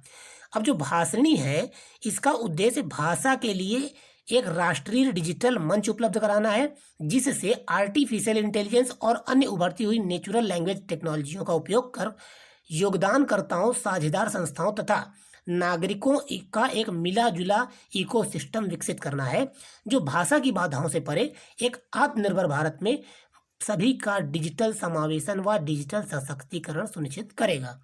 यानी जो भाषिणी ऐप है, ये कुल मिला के भाषा से संबंधित है। हर क्षेत्र में भाषा का सहयोग प्रदान करेगा, चाहे वो आर्टिफिशियल इंटेलिजेंस हो, चाहे वो संचार टेक्नोलॉजी हो, और भी जो अन्य प्रकार की टेक्नोलॉजी हैं, उनमें भाषाओं की कोई बाधा न रह जाए, और डिजिटल समावेशन में भी पूरी तरह सहायता प्रदान करेगी ये भाषिणी ऐप। और इससे सभी भारतीयों को उनकी मूल भाषाओं में इंटरनेट एवं डिजिटल सेवाओं तक आसान पहुंच प्रदान करने में मदद मिलेगी। और यानी कि इंटरनेट में जितने भी भारत में जितनी प्रकार की भाषाएं हैं, सब जो डिजिटली माध्यम से उपलब्ध हो सकें, इसके लिए भाषिणी जो मिशन है वो चलाया गया है। इसके अलावा UPI 123 पे एक त्वरित भुगतान प्रणाली है, आप UPI के बारे में जानते हैं, और ये उपयोगकर्ताओं को इंटरनेट कनेक्शन के बिना UPI लेनदेन की अनुमति प्रदान करता है। इसे भारतीय भुगतान निगम NPCI के द्वारा लॉन्च किया गया था। इस पे सवाल बन सकता है कि UPI को किसने लॉन्च किया था? ये NPCI ने, national payment corporation of India के द्वारा लॉन्च किया गया था। और UPI 123 पे जो है वो बेसिक मोबाइल, जो कीपैड मोबाइल है, जिनमें इंटरनेट नहीं होता है, उनके माध्यम से UPI पेमेंट करने की एक सुविधा है। ठीक है। चलिए आगे बढ़ते हैं अपने अगले टॉपिक की ओर। हमारा जो अगला टॉपिक है वो है तर्कस अभ्यास। क्या है? तर्कस अभ्यास। तो ये तर्कस अभ्यास है वो हमारी जो NSG है, नेशनल सिक्योरिटी गार्ड है, राष्ट्रीय सुरक्षा गार्ड है, उनके द्वारा और संयुक्त राष्ट्र यूनाइटेड नेशन की जो स्पेशल फोर्स है उनके मध्य, इन दोनों के मध्य एक सैन्य अभ्यास है जो चेन्नई में आयोजित किया गया है। ठीक है। और ये दोनों स्पेशल फोर्सों के मध्य ये अभ्यास किया गया है। और इस संयुक्त अभ्यास का उद्देश्य आतंकवादियों को तेजी से बेअसर करना, बंधकों को सुरक्षित छुड़ाना, आतंकवादियों द्वारा ले जाए जा रहे रासायनिक हथियारों को निष्क्रिय करना, ये सब मतलब संयुक्त रूप से इन सब कामों को किया जा सके, इसके लिए अब ये तर्कस अभ्यास किया गया है। तो आप इसको ध्यान रखिएगा, क्योंकि ये थोड़ा सा अलग है, ये किसी देश के साथ नहीं है, ये यूनाइटेड नेशन की स्पेशल फोर्स के साथ किया गया है, और विशेष रूप से आतंकवादियों के खिलाफ ये अभ्यास किया गया है, इसलिए आपको ध्यान रखना पड़ेगा। चलिए आगे बढ़ते हैं अपने अगले टॉपिक की ओर। हमारा अगला टॉपिक है राष्ट्रीय महिला दिवस। एक होता है अंतर्राष्ट्रीय महिला दिवस और एक होता है राष्ट्रीय महिला दिवस। अंतर्राष्ट्रीय महिला दिवस कब मनाया जाता है? वो 8 मार्च को मनाया जाता है, ठीक है। और राष्ट्रीय महिला दिवस 13 फरवरी को मनाया जाता है। तो क्यों मनाया जाता है ये भी देख लीजिए। तो भारत में प्रत्येक वर्ष 13 फरवरी को पहली महिला राज्यपाल सरोजनी नायडू के जन्म दिवस को राष्ट्रीय महिला दिवस के रूप में मनाया जाता है। आज आपको पता चल गया होगा कि राष्ट्रीय महिला दिवस क्यों मनाया जाता है। वो पहली महिला राज्यपाल सरोजनी नायडू जी के जन्म दिवस के उपलक्ष्य में मनाया जाता है। इस दिवस को मनाने का प्रस्ताव भारतीय महिला संघ और अखिल भारतीय महिला सम्मेलन के सदस्यों द्वारा लिया गया था। अब थोड़ा सरोजनी नायडू जी के बारे में जान लीजिए कि राष्ट्रीय महिला दिवस 13 फरवरी को, अंतर्राष्ट्रीय महिला दिवस 8 मार्च को मनाया जाता है, ये तो आपको पता ही होगा। और जो भारत की पहली महिला राज्यपाल हैं उन्हें, मतलब सरोजनी नायडू जी को, उन्हें यानी कि सरोजनी नायडू जी को भारत की पहली महिला राज्यपाल होने का गौरव प्राप्त है। और साथ ही इन्होंने भारत की स्वतंत्रता संग्राम में भी राष्ट्रीय आंदोलनकारी के रूप में सक्रिय भूमिका निभाई थी, ये भी आपको पता होगा। और एक और महत्वपूर्ण फैक्ट है कि ये 1925 का जो कांग्रेस का अधिवेशन हुआ था उसकी पहली भारतीय महिला अध्यक्ष थी, पहली भारतीय महिला अध्यक्ष। क्योंकि पहली महिला अध्यक्ष एनी बेसेंट थी, लेकिन पहली भारतीय महिला अध्यक्ष सरोजनी नायडू थी, ये भी आपको याद रखना चाहिए। इन्हें भारत स्वर कोकिला भी कहा जाता था क्योंकि एक बहुत अच्छी कवित्री भी थी, इन्होंने बहुत सारी कविताएं भी लिखी थी। तो ये आपने सरोजनी नायडू के बारे में जाना और इनके अलावा राष्ट्रीय महिला दिवस के बारे में जाना। चलिए आगे बढ़ते हैं अगले टॉपिक की ओर। अगला टॉपिक है moment magnitude scale. Moment magnitude scale ये क्या है? आपसे सीधे सीधे सवाल पूछ लिया जाएगा, हाल ही में चर्चा में रहा मोमेंट मैग्नीट्यूड स्केल किससे संबंधित है? तो ये भूकंप से संबंधित है। आपने भूकंप से संबंधित अभी तरह 2-3 तरह के स्केल ही सुने होंगे। रिक्टर स्केल सुना होगा और मर्केली स्केल सुना होगा, और इसके अलावा एक और स्केल होती है। लेकिन अभी एक नई स्केल है मोमेंट मैग्नीट्यूड स्केल, ये चर्चा में है। क्योंकि जब तुर्की में एक भूकंप आया था और बहुत ही हाई तीव्रता का 7.8 तीव्रता का भूकंप आया था, तब इसी मोमेंट मैग्नीट्यूड स्केल का प्रयोग किया गया था इसे नापने के लिए। आमतौर पर रिक्टर स्केल का प्रयोग होता है जो मतलब एक लॉगरिदम पे काम करता है, जिसमें 10-10 का स्केल होता है, 10-20 मतलब 10-10 का अंतराल होता है और वो तीव्रता को मापता है। लेकिन जो मोमेंट मैग्नीट्यूड स्केल है ये तीव्रता को मापने के एक बेहतर तरीके के रूप में विकसित किया गया है इसको, ठीक है। और यह जो स्केल है ये भूकंप में जो उत्पन्न कुल ऊर्जा को मापता है, ये सीधे तीव्रता को नहीं नापता है, ये उसमें से उत्पन्न ऊर्जा को मापता है, जिससे उसकी तीव्रता का बिल्कुल सटीक अनुमान लग जाता है, ठीक है। और विशेष रूप से जब किसी ऐसी ऊर्जा के बारे में पता चल रहा हो जो स्केल पर ऊपर की ओर बढ़ती है, तो मोमेंट जो स्केल है, मोमेंट मैग्नीट्यूड स्केल है, ये बेहतर काम करती है। भूकंपीय घटनाओं के दौरान जो उत्पन्न ऊर्जा की गणना करने हेतु तो मोमेंट मैग्नीट्यूड स्केल के अतिरिक्त कारकों का उपयोग करता है। तो ये मोमेंट मैग्नीट्यूड स्केल बस आप याद रखिएगा कि ये भूकंप के लिए उपयोग की जाती है रिक्टर स्केल की जगह पर। चलिए आगे बढ़ते हैं अपने अगले टॉपिक की ओर। अगला टॉपिक है ऑपरेशन दोस्त। ऑपरेशन दोस्त भी यही तुर्की में आए भूकंप से संबंधित है। तो तुर्की में जब भूकंप आया था तो ऑपरेशन दोस्त चलाया गया था तुर्की, और हमको ये नहीं भूलना चाहिए कि सिर्फ तुर्की में नहीं आया था, ये इराक में भी आया था। तो तुर्की और इराक में ये अभियान चलाया गया और वहाँ पर अनेक प्रकार की सहायता भेजी गई। तो भारत ने ऑपरेशन दोस्त के तहत भूकंप प्रभावित तुर्की की मदद के लिए राष्ट्रीय आपदा प्रतिक्रिया बल यानी एनडीआरएफ के कर्मियों, आवश्यक वस्तुओं और चिकित्सा उपकरणों को लेकर एक छठा विमान भेजा। यानी कई सारे विमान भेजे गए थे और छठवीं उड़ान में बचाव दल, डॉग स्क्वाड और आवश्यक दवाएं भी शामिल थी।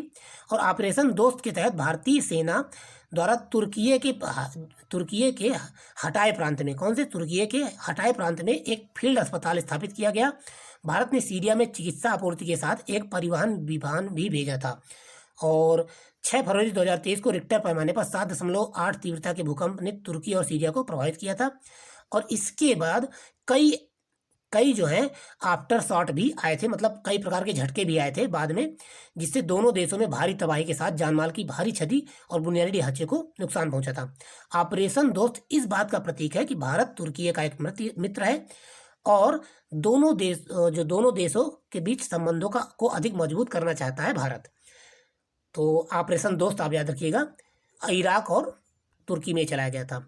आगे बढ़ते हैं स्काई यूटीएम।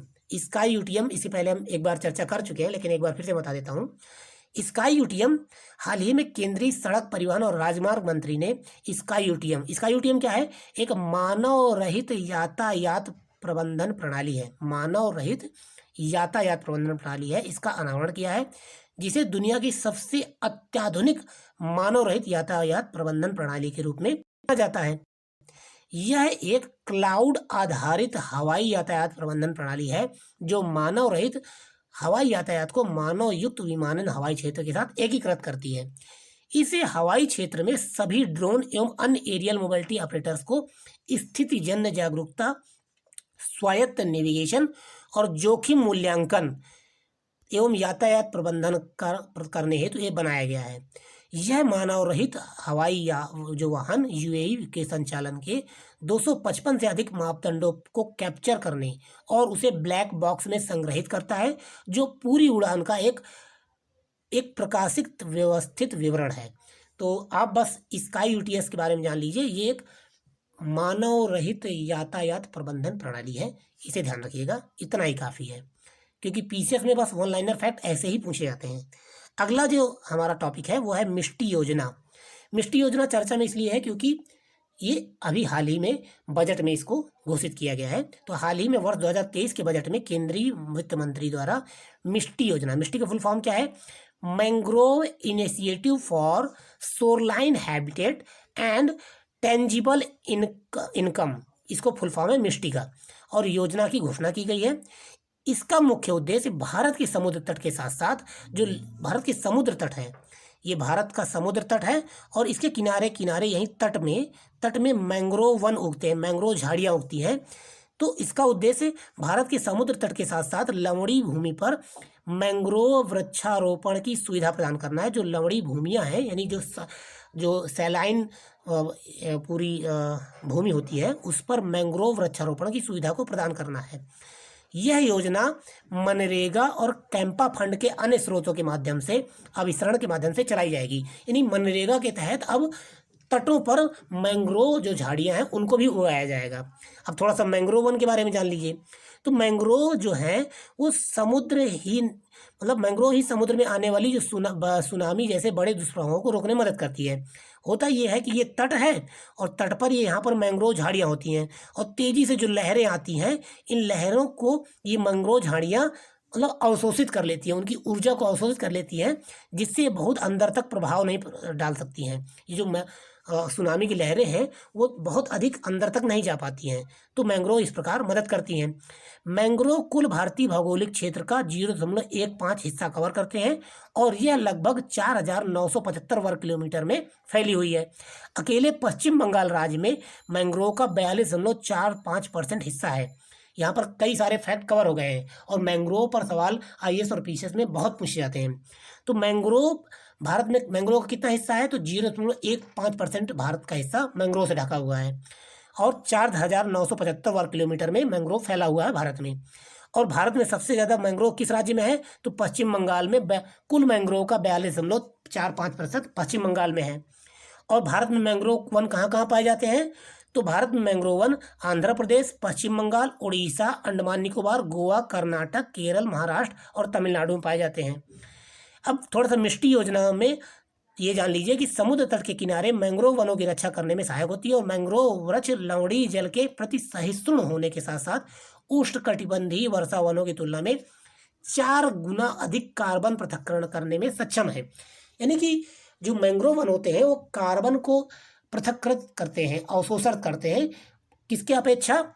ये उष्णकटिबंधीय वर्षा वनों की अपेक्षा अधिक प्रभावी है, ये भी ध्यान रखिएगा। चलिए आगे बढ़ते हैं अगले टॉपिक की ओर। अगला जो हमारा टॉपिक है वो है प्रधानमंत्री विश्वकर्मा कौशल सम्मान योजना। ये भी बजट में इसकी भी घोषणा की गई है। बजट में जितनी योजनाएं हैं उनको ध्यान से पढ़ के जाइएगा, क्योंकि ये योजनाएं अधिकांशतः पूछी जाती हैं, चाहे वो यूपी बजट में हो और चाहे केंद्रीय बजट में हो। दोनों ही बजट में जितनी योजनाएं पूछी जाती हैं उन पे सवाल बनते हैं। तो हाल ही में बजट 2023-24 में प्रधानमंत्री विश्वकर्मा कौशल सम्मान जो योजना है इसकी घोषणा की गई है। तो इसको शॉर्ट में पीएम विकास कहा गया है। पीएम विकास क्यों किया गया है? क्योंकि इसका अंग्रेजी में नाम है प्राइम मिनिस्टर विश्वकर्मा कौशल सम्मान। इसको शॉर्ट में पीएम विकास कहा गया है। इसकी घोषणा की गई है और इसमें यह कहा गया है कि इस योजना के माध्यम से सरकार द्वारा पारंपरिक कलाकारों और शिल्पकारों को आर्थिक सहायता प्रदान की जाएगी। इसके लिए सरकार इस योजना के तहत शिल्पकारों को एमएसएमई सेक्टर का हिस्सा बनाएगी, साथ ही उन्हें एमएसएमई मूल्य श्रृंखला के साथ संलग्न करते हुए उत्पादों की गुणवत्ता, पैमाने और पहुंच में सुधार करने में सक्षम बनाएगी। इस योजना के माध्यम से अलग अलग पारंपरिक कौशलों को बढ़ावा दिया जाएगा, जिसके लिए उन्हें ट्रेनिंग और फंडिंग भी प्रदान की जाएगी। साथ ही तकनीकी सुविधाओं के साथ साथ उन्हें लाभान्वित किया जाएगा। इसमें विशेष रूप से अनुसूचित जातियों, अनुसूचित जनजातियों तथा अन्य पिछड़ा वर्गों और महिला एवं कमजोर वर्गों पर विशेष ध्यान केंद्रित किया जाएगा। तो ये आपको पीएम विकास योजना के बारे में ध्यान रखना है। चलिए आगे बढ़ते हैं अगले टॉपिक की ओर। अगला टॉपिक है predator MQ-9A drone. Predator MQ-9A drone, तो ये क्या है, किस देश से संबंधित है और चर्चा में क्यों है, ये जान लीजिए। तो हाल ही में भारतीय सशस्त्र बल अमेरिका से 18 सशस्त्र प्रीडिएटर MQ-9A ड्रोन की मांग कर रहा है। यानी हमारी जो सशस्त्र सेनाएं हैं उन्होंने अमेरिका से डिमांड की है कि हमें आपका प्रीडिएटर MQ-9A ड्रोन चाहिए। तो ये अमेरिका का ड्रोन है, ये बात ध्यान रखिएगा। अब इस ड्रोन के बारे में जान लीजिए। तो जो प्रीडिएटर सशस्त्र ड्रोन है ये 24 घंटे तक 50,000 फीट तक उड़ सकते हैं और उच्च महत्व के लक्ष्यों के लिए Hellfire air to gun, air to ground मिसाइलों या हवाई दुश्मन के लक्ष्यों को गिराने के लिए हवा से हवा मार करने वाली मिसाइलों के विकल्प के रूप में इस्तेमाल किए जा सकते हैं। मतलब कि ये जो ड्रोन है ये 24 घंटे तक 50,000 फीट की ऊंचाई तक उड़ान मार सकते हैं और उच्च महत्व के लक्ष्यों के लिए हेल फायर यानी कि जमीन से हवा में मार कर सकते हैं और हवा से हवा में मार कर सकते हैं। ऐसे मिसाइलों के रूप में भी ये काम कर सकते हैं। अमेरिका के इन ड्रोन में जो 18 ड्रोन आएंगे, ये 18 ड्रोन में 6 ड्रोन तीनों सेनाओं को बांट दिया जाएगा। और भारतीय नौसेना के पास पहले से ही अमेरिका से लीज पर लिए हुए समुद्री डोमेन जागरूकता हेतु 2 जनरल एटॉमिक्स निर्मित सी गार्डियन MQ-9B ड्रोन है। अमेरिका का एक सी गार्डियन MQ-9B ड्रोन भारतीय नौसेना प्रयोग कर रही है, ये भी ध्यान रखिएगा। आगे बढ़ते हैं अगले टॉपिक की ओर। अगला टॉपिक है भारत का पहला hydrogen internal combustion engine H2ICE, इसको नाम दिया गया है। तो इसे रिलायंस इंडस्ट्रीज और अशोका लेलैंड जो कंपनी है उन्होंने मिलकर बनाया है। और रिलायंस इंडस्ट्रीज ने बेंगलुरु में आयोजित इंडिया एनर्जी वीक में भारत के पहले हाइड्रोजन ट्रक का प्रदर्शन किया। यह H2ICE hydrogen internal combustion engine truck Bharat में हाइड्रोजन से संचालित होने वाला अपनी तरह का पहला ट्रक है, ठीक है ना। और इससे रिलायंस इंडस्ट्रीज ने अशोक लेलैंड के साथ साझेदारी में विकसित किया है, ये मैंने आपको पहले ही बता दिया। इसके अलावा ये जो ट्रक है, ट्रक में परंपरागत डीजल इंजन की या LNG के स्थान पर हाइड्रोजन का इस्तेमाल किया जाएगा। और चूंकि हाइड्रोजन जलता है तो जलने के बाद केवल पानी निकलता है, ना तो धुआं निकलेगा, ना कार्बन डाइऑक्साइड निकलेगा, ना कुछ नहीं निकलेगा, केवल पानी निकलेगा। तो ये पर्यावरण के लिए बहुत बेहतरीन है। तो ये आप ध्यान रखिएगा, पहला हाइड्रोजन से चलने वाला ट्रक रिलायंस ने अशोक लेलैंड के साथ मिलकर बनाया है। बस इतना ही ध्यान रखेंगे तो काफ़ी है। और अगला टॉपिक है बृहस्पति जो है वो सबसे अधिक चंद्रमाओं वाला ग्रह बन गया है। यानी कि हमारे सौर सिस्टम में सौर सिस्टम में जो सौर तंत्र है, सौर मंडल में जो जितने भी ग्रह हैं उनमें से सबसे अधिक उपग्रह किसके हैं? तो अब वो जुपिटर बन गया है या बृहस्पति ग्रह बन गया है। इससे पहले शनि ग्रह के पास सबसे अधिक उपग्रह थे। तो आइए देख लेते हैं क्या परिवर्तन हुआ है। हाल ही में स्मिथसोनियन एस्ट्रोफिजिकल ऑब्जर्वेटरी द्वारा बृहस्पति की परिक्रमा कर रहे 12 नए उपग्रहों की खोज की गई है। बृहस्पति के 12 नए उपग्रहों की खोज कर ली गई है। पहले वैज्ञानिकों का मानना था कि शनि ग्रह के चंद्रमाओं की संख्या सबसे अधिक है, क्योंकि शनि ग्रह के पास 83 चंद्रमा थे या 83 उपग्रह थे। लेकिन जब से 12 और उपग्रह खोज लिए गए हैं बृहस्पति के, तब से बृहस्पति के सबसे अधिक उपग्रह हो गए हैं। पहले बृहस्पति के पास 80 उपग्रह थे, लेकिन अब बृहस्पति के पास 92 उपग्रह हो गए हैं। ठीक है, तो यही बस घटना है। और थोड़ा सा ये एक फैक्ट ये भी जान लीजिए कि बृहस्पति और शनि के अलावा यूरेनस के पास 27 उपग्रह हैं, नेपच्यून के पास 14 उपग्रह हैं, मंगल के पास 2 उपग्रह हैं और पृथ्वी के पास 1 उपग्रह है। शुक्र और बुध के पास एक भी उपग्रह नहीं है। ये ध्यान रखिएगा, ज्योग्राफी में महत्वपूर्ण फैक्ट है। आगे बढ़ते हैं अपने अगले टॉपिक की ओर। वुल्फ 1069b ये क्यों चर्चा में है, ये क्या है? तो हाल ही में वैज्ञानिकों ने एक पृथ्वी जैसे दिखने वाले ग्रह का पता लगाया है जो मनुष्यों के रहने के लिए योग्य हो सकता है। पृथ्वी से 31 प्रकाश वर्ष की दूरी पर लाल बौने ग्रह की परिक्रमा करने वाला एक एक्सोप्लैनेट है जिसे वुल्फ 1069b के रूप में नाम दिया गया है। और दुनिया भर के 50 खगोल वैज्ञानिकों ने के समूह ने इस एक्सोप्लैनेट के अस्तित्व की पुष्टि भी की है। यानी 50 जो खगोल शास्त्री हैं उन्होंने ये माना है कि हाँ, ऐसा एक उपग्रह है जो मतलब पृथ्वी के जैसा है और यहाँ पर रहने की संभावनाएं हैं, और इसको नाम दिया गया है 1069b।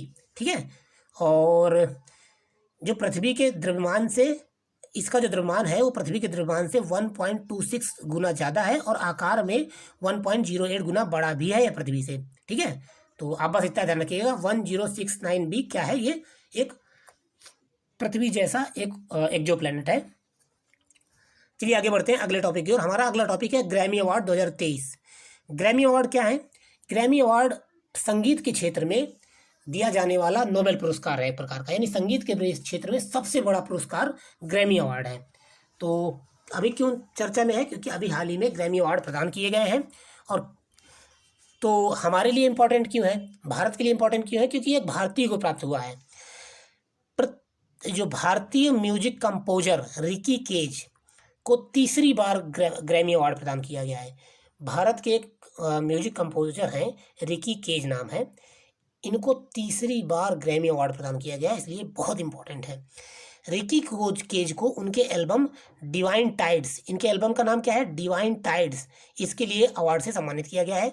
तो आप ये दो बातें ध्यान रखेंगे, एक भारतीय हैं रिकी केज, म्यूजिक कंपोजर है, और इनका एक एल्बम है डिवाइन टाइड्स, इसके लिए इन्हें ग्रैमी अवार्ड प्रदान किया गया है। इस अवार्ड शो में कुछ नए अवार्ड जैसे कि songs writer of the year, best score sound track for video games समेत कई और नई कैटेगरियां बनाई गई हैं। और जो ग्रैमी अवार्ड है वो अमेरिका की रिकॉर्डिंग एकेडमी द्वारा संगीत उद्योग के क्षेत्र में पहचान दिलाने के लिए प्रदान किया जाता है, ये भी आपको पता होना चाहिए। चलिए आगे बढ़ते हैं। अगला जो टॉपिक है वो है ऑपरेशन सद्भावना। क्या है ऑपरेशन सद्भावना? किसके द्वारा चलाया जा रहा है, किसके लिए चलाया जा रहा है, ये इंपॉर्टेंट है। तो ऑपरेशन सद्भावना जो है वो लद्दाख में चलाया जा रहा है, और लद्दाख में जो बिल्कुल एकदम सीमावर्ती क्षेत्र हैं, जो बिल्कुल रिमोट एरिया हैं, वहाँ पे रहने वाले बच्चों के लिए भारतीय सेना के द्वारा कल्याणकारी गतिविधियाँ चलाई जा रही हैं। कैसी कल्याणकारी गतिविधियाँ? जैसे आर्मी गुडविल स्कूल और infra development project, education tour, ऐसे कुछ कल्याणकारी गतिविधियाँ चलाई जा रही हैं भारतीय सेना के द्वारा। किसके लिए? लद्दाख के जो बच्चे हैं उनको लिए। और भारतीय सेना ने वर्तमान में लद्दाख क्षेत्र में ऑपरेशन सद्भावना के तहत 7 आर्मी गुडविल स्कूल चला रही है, और इन स्कूलों में वर्तमान में 2200 से अधिक छात्र पढ़ रहे हैं। तो ये ऑपरेशन सद्भावना है, और इस पहल के माध्यम से वित्त वर्ष 2022-23 में लद्दाख में विभिन्न दूर दराज के जो स्थान हैं उनमें चिकित्सा शिविर, पशु चिकित्सा शिविर, चिकित्सा उपकरण, चिकित्सीय बुनियादी ढांचे, इनके उन्नयन के लिए भी सहायता केंद्र और स्टाफ प्रदान किए गए हैं। चलिए आगे बढ़ते हैं अगले टॉपिक की ओर। हमारा अगला टॉपिक है महिला सम्मान बचत प्रमाण पत्र। महिला सम्मान बचत प्रमाण पत्र। तो अभी हाल ही में वित्त मंत्री ने केंद्रीय बजट में महिलाओं और लड़कियों के लिए एक नई बचत योजना की घोषणा की है, जिसका नाम है महिला सम्मान बचत प्रमाण पत्र। ठीक है ना? तो महिला सम्मान बचत प्रमाण पत्र क्या है? महिलाओं के लिए नई बचत योजना है जो अभी हाल ही में बजट में घोषित की गई है। इस योजना में जमा राशि पर 2 वर्ष के लिए 7.5% की निश्चित ब्याज दर से ब्याज मिलेगी। यानी कि इतनी अधिक ब्याज अभी तक किसी भी योजना में, मतलब कई योजनाओं में मिलती है, लेकिन आप सामान्य रूप से जब बैंक में पैसा जमा करते हैं तो 3.5% या 4% का ब्याज मिलता है।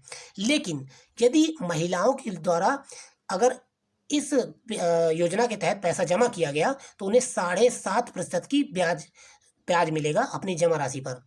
योजना के तहत किसी महिला या बालिका के नाम पर धनराशि जमा की जा सकती है और इसके तहत अधिकतम जमा राशि 2 लाख रुपए रखी गई है। आप अधिकतम 2 लाख रुपए जमा कर सकते हैं, जिस पे सरकार 7.5% का ब्याज देगी और इस पे कोई टैक्स भी नहीं लगेगा। और इस योजना में मतलब आंशिक रूप से आप पैसा भी निकाल सकते हैं समय समय पर। और बजट 2023 में घोषणा की गई है, तो 2 वर्ष के लिए इसकी घोषणा की है। 2025 तक ये योजना कार्यान्वित की जाएगी। चलिए आगे बढ़ते हैं अगले टॉपिक की ओर। अगला टॉपिक है विश्व आर्द्र भूमि दिवस, वेटलैंड डे। तो आप जानते हैं कि वेटलैंड डे हर साल 2 फरवरी को मनाया जाता है। और क्यों मनाया जाता है? क्योंकि इसी दिन रामसर सम्मेलन किया गया था। कहाँ पर? ईरान में। ठीक है। और इस दिवस का आयोजन लोगों और हमारे ग्रह हेतु जो आर्द्र भूमि की महत्वपूर्ण भूमिका के बारे में वैश्विक जागरूकता बढ़ाने के लिए ये दिवस मनाया जाता है। और वर्तमान में भारत में 75 आर्द्र भूमियाँ हैं जो रामसर साइट्स के रूप में घोषित हैं। और इस बार जो रामसर सम्मेलन जो आर्द्र भूमि दिवस मनाया गया है, उसकी थीम क्या थी? तो उसकी थीम थी it's time for wetland restoration. क्या है? It's time for wetland restoration, ये इसकी थीम थी। चलिए आगे बढ़ते हैं अपने अगले टॉपिक की ओर। हमारा अगला टॉपिक है हैदराबाद में IIMR उत्कृष्टता केंद्र। तो ये IIMR क्या है? IIMR का फुल फॉर्म है Indian institute of millets research. Indian institute of millets research. तो मिलेट्स मतलब मोटा अनाज। मोटा अनाज को श्री अन्न या कृदन्न भी कहा जाता है। क्या कहा जाता है? श्री अन्न। इसको एक नाम दिया गया है श्री अन्न या कृदन्न, ये कदन्न भी कहा जाता है। तो इसके लिए बजट में कुछ घोषणा की गई है, वो देख लीजिए। तो हाल ही में केंद्रीय बजट 2023 की प्रस्तुति के दौरान केंद्रीय वित्त मंत्री ने घोषणा की है कि हैदराबाद में भारतीय कदन्न मतलब मोटा अनाज, ध्यान रखिएगा, अनुसंधान संस्थान यानी Indian institute of millets research IIMR या श्री अन्न, इसका एक शॉर्ट नेम श्री अन्न भी है, पर शोध करने के लिए उत्कृष्टता केंद्र के रूप में कार्य करेगा। और इसका उद्देश्य अंतर्राष्ट्रीय स्तर पर भारत को कदन्न यानी मोटा अनाज के लिए वैश्विक केंद्र बनाना है। और खाद्य और कृषि संगठन के अनुसार एक डाटा है, एक फैक्ट है, ये भी ध्यान रखिएगा। खाद्य और कृषि संगठन के अनुसार भारत वर्ष 2020 में 41% हिस्सेदारी के साथ दुनिया का सबसे बड़ा मोटा अनाज उत्पादक और कई प्रकार के श्री अन्न या मोटा अनाज का दूसरा सबसे बड़ा निर्यातक है। भारत सबसे बड़ा मोटा अनाज का उत्पादक और दूसरा सबसे बड़ा निर्यातक है, ये ध्यान रखिएगा। और भारत में अगर राज्यों की बात की जाए तो राज्यों में सबसे ज़्यादा मोटा अनाज राजस्थान के द्वारा उगाया जाता है, फिर कर्नाटक, महाराष्ट्र, आंध्र प्रदेश के द्वारा इनका उत्पादन किया जाता है। और आप ये भी जानते हैं कि संयुक्त राष्ट्र महासभा ने वर्ष 2023 को राष्ट्रीय कदन्न वर्ष या अंतर्राष्ट्रीय मोटा अनाज वर्ष घोषित किया है। ये मैं आपको कई बार बता चुका हूँ, इसलिए ये इंपॉर्टेंट है। ठीक है, चलिए आगे बढ़ते हैं अपने अगले टॉपिक की ओर। हमारा जो अगला टॉपिक है वह है राष्ट्रीय फैशन मतलब खादी फैशन शो। क्या है? Khadi fashion show. तो हाल ही में कच्छ के रण में खादी और ग्रामोद्योग आयोग ने यानी KVIC के द्वारा मेगा खादी फैशन शो का आयोजन किया गया। कहाँ पर? कच्छ में, गुजरात के कच्छ में। यह मेगा आयोजन KVIC का इस तरह का पहला आयोजन था। जो खादी फैशन शो है, ये इस तरह का पहला आयोजन था जो पूरी दुनिया में खादी ब्रांड के नए आयाम स्थापित करेगा। गुजरात सरकार प्रत्येक वर्ष 3 महीने का एक उत्सव मनाता है जिसे रण उत्सव के नाम से जाना है। और इसी रण उत्सव में खादी फैशन शो का आयोजन किया गया था, ये आप ध्यान रखिएगा। चलिए आगे बढ़ते हैं अगले टॉपिक की ओर। हमारा अगला टॉपिक है यायात्सो झील। यायात्सो झील ये क्यों चर्चा में है? तो अभी हाल ही में यायात्सो झील को चुमाथांग, क्या नाम है? चुमाथांग गांव की पंचायत जैव विविधता प्रबंधन समिति ने सिक्योर हिमालय परियोजना के साथ मिलकर जैव विविधता अधिनियम के तहत लद्दाख का पहला जैव विविधता विरासत स्थल घोषित किया गया है। आपको फिर से अच्छे से बता देता हूँ।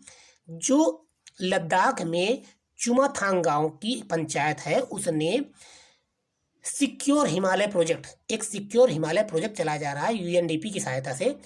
उसके साथ मिलकर चुमाथांग गांव की पंचायत ने यायात्सो झील को लद्दाख का पहला जैव विविधता विरासत स्थल घोषित किया है। अब आपसे सवाल सीधे सीधे बनता है कि लद्दाख का पहला जैव विविधता विरासत स्थल कौन सा है? तो वो है यायात्सो झील। कहाँ पर है? चुमाथांग गांव में। ठीक है। और यह झील लद्दाख में 4820 मीटर की ऊंचाई पर स्थित है। अपनी खूबसूरती के साथ पक्षियों के लिए एक स्वर्ग के रूप में इसे जाना जाता है, ठीक है। और यह बड़ी संख्या में बार हेडेड गूज गूज मतलब एक प्रकार का पक्षी है गूज, उसके सिर पर बार हेडेड है, मतलब लाइनें हैं। और ये काली गर्दन वाली क्रेन और ब्राह्मणी बतख, ऐसे कुछ ऐसे पक्षी हैं जिनका मतलब यहाँ पर निवास स्थान है। और भारत में काली गर्दन वाली जो क्रेन है वो उनका उच्चतम प्रजनन स्थल यही है, ये यायात्सो झील, ठीक है ना। तो चलिए आगे बढ़ते हैं अपने अगले टॉपिक की ओर। हाँ, थोड़ा सा सिक्योर हिमालय के बारे में जान लीजिए। सिक्योर हिमालय जो प्रोजेक्ट है वो भारत सरकार के पर्यावरण एवं वन जलवायु परिवर्तन मंत्रालय के साथ यूएनडीपी की सहायता से चलाया गया था 2017 में।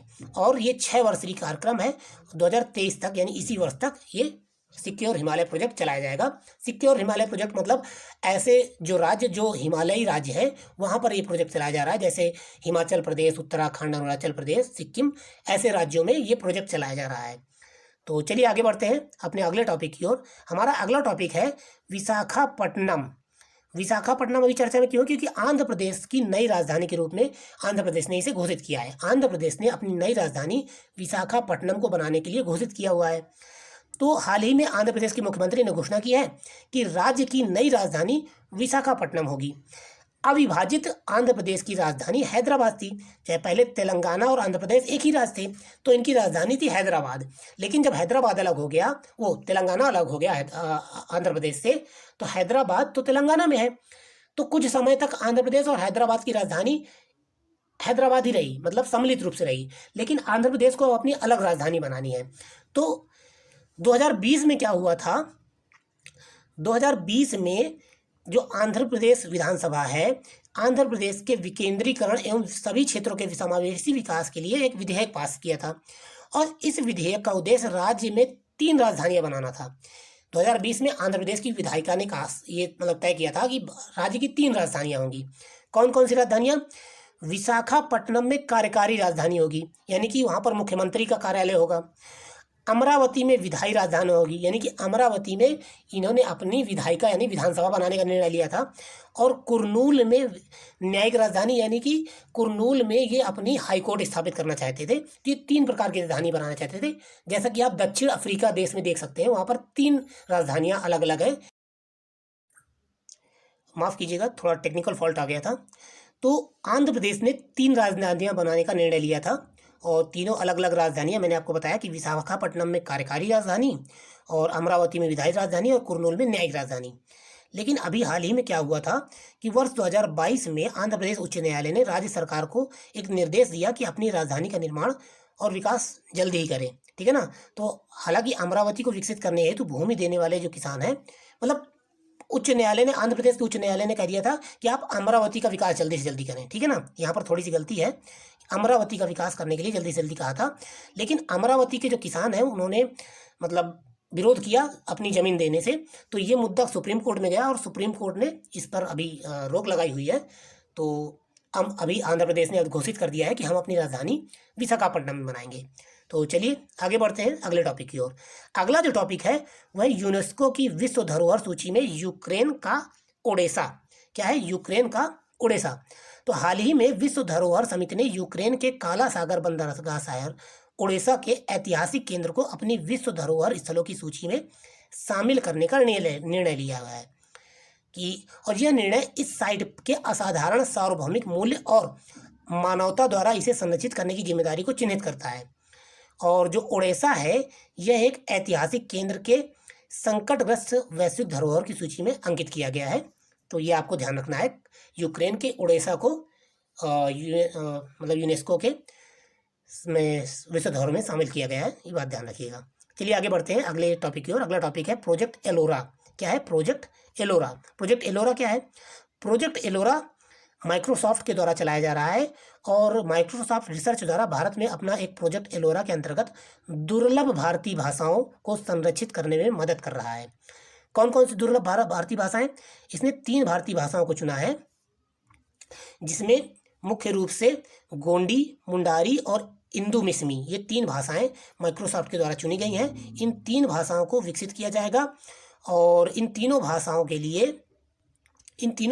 लिए इस परियोजना के तहत माइक्रोसॉफ्ट के शोधकर्ताओं उन भारतीय भाषाओं के लिए डिजिटल पारिस्थितिकी तंत्र बनाने की दिशा में कार्य कर रहे हैं जिनकी ऑनलाइन उपस्थिति अपर्याप्त है। और इससे क्या होगा कि जो स्थानीय भाषाओं एवं संस्कृतियों को संरक्षित करके वंचित समुदायों के लिए भारतीय भाषा प्रौद्योगिकी सक्षम बनाया जा सकेगा, प्रौद्योगिकियों को सक्षम बनाया जा सकेगा। मतलब कि ऐसी भाषाएं जहाँ जिनमें टेक्नोलॉजी उपलब्ध नहीं है, जिनमें इंटरनेट उपलब्ध नहीं है, उन भाषाओं को विकसित करके उनमें प्रौद्योगिकी को विकसित किया जाएगा, जहाँ की उन भाषाओं को जानने वाले लोग भी टेक्नोलॉजी से जुड़ सकें। तो ये माइक्रोसॉफ्ट के द्वारा ये प्रोजेक्ट एलोरा चलाया गया है भारतीय भाषाओं को संरक्षित करने के लिए। ठीक है, चलिए आगे बढ़ते हैं अगले टॉपिक की ओर। हमारा अगला टॉपिक है visit India year 2023। Visit India year 2023। तो पर्यटन मंत्री ने नई दिल्ली में विजिट इंडिया ईयर 2023 का शुभारंभ किया है। विजिट इंडिया ईयर 2023 जो है यह अभियान पर्यटन मंत्रालय की एक पहल है जिसके तहत देश में पर्यटन और जैसी बड़ी योजनाओं और गतिविधियों को बढ़ावा दिया जाता है। पर्यटन मंत्रालय ने कहा है कि G20 की अध्यक्षता देश में पर्यटन क्षेत्र की विशेषताओं को उजागर करने के एक शानदार अवसर प्रदान करती है। अब चूंकि आप जानते हैं कि भारत G20 की अध्यक्षता कर रहा है और बहुत सारे देशों के लोग भारत में आएंगे, तो भारत में जगह जगह वो घूमेंगे भी, तो इससे पर्यटन को बढ़ावा मिलेगा। तो ये एक बहुत बड़ा अवसर है भारत के लिए G20 के अंतर्गत, मतलब पर्यटन को बढ़ावा देने के लिए। तो इस अभियान का उद्देश्य G20 की अध्यक्षता कर रहे भारत में यात्रा को प्रोत्साहित करना एवं भारत का दौरा करने वाले प्रतिनिधियों को अतुल्य भारत का दर्शन कराना। वर्ष 2023 में देश को प्रमुख यात्रा गंतव्य के रूप में स्थापित करने के लिए G20 केंद्रीय पर्यटन मंत्रालय का फोकस क्षेत्र होगा। ये भी आप ध्यान रखिएगा। चलिए आगे बढ़ते हैं अपने अगले और आखिरी टॉपिक की ओर। अगला टॉपिक है इसरो का SSLV D2। आपने SSLV के बारे में इससे पहले सुना होगा, लेकिन हमारा जो पहला SSLV प्रक्षेपण था वो असफल हो गया था। तो अभी दूसरा SSLV का प्रक्षेपण किया गया है और ये सफल रहा है। भारतीय अंतरिक्ष अनुसंधान संगठन यानी इसरो का एक छोटा यान, लघु प्रक्षेपण यान small satellite launch vehicle SSLV D2 को दूसरे प्रयास में सतीश धवन अंतरिक्ष केंद्र श्रीहरिकोटा आंध्र प्रदेश से प्रक्षेपित किया गया है। और SSLV D2 जो D1 है उसको पहली बार अगस्त 2022 में प्रक्षेपित किया गया था, लेकिन ये उपग्रहों को सटीक कक्षा में प्रतिस्थापित नहीं कर पाया था, जिसकी वजह से ये असफल हो गया था।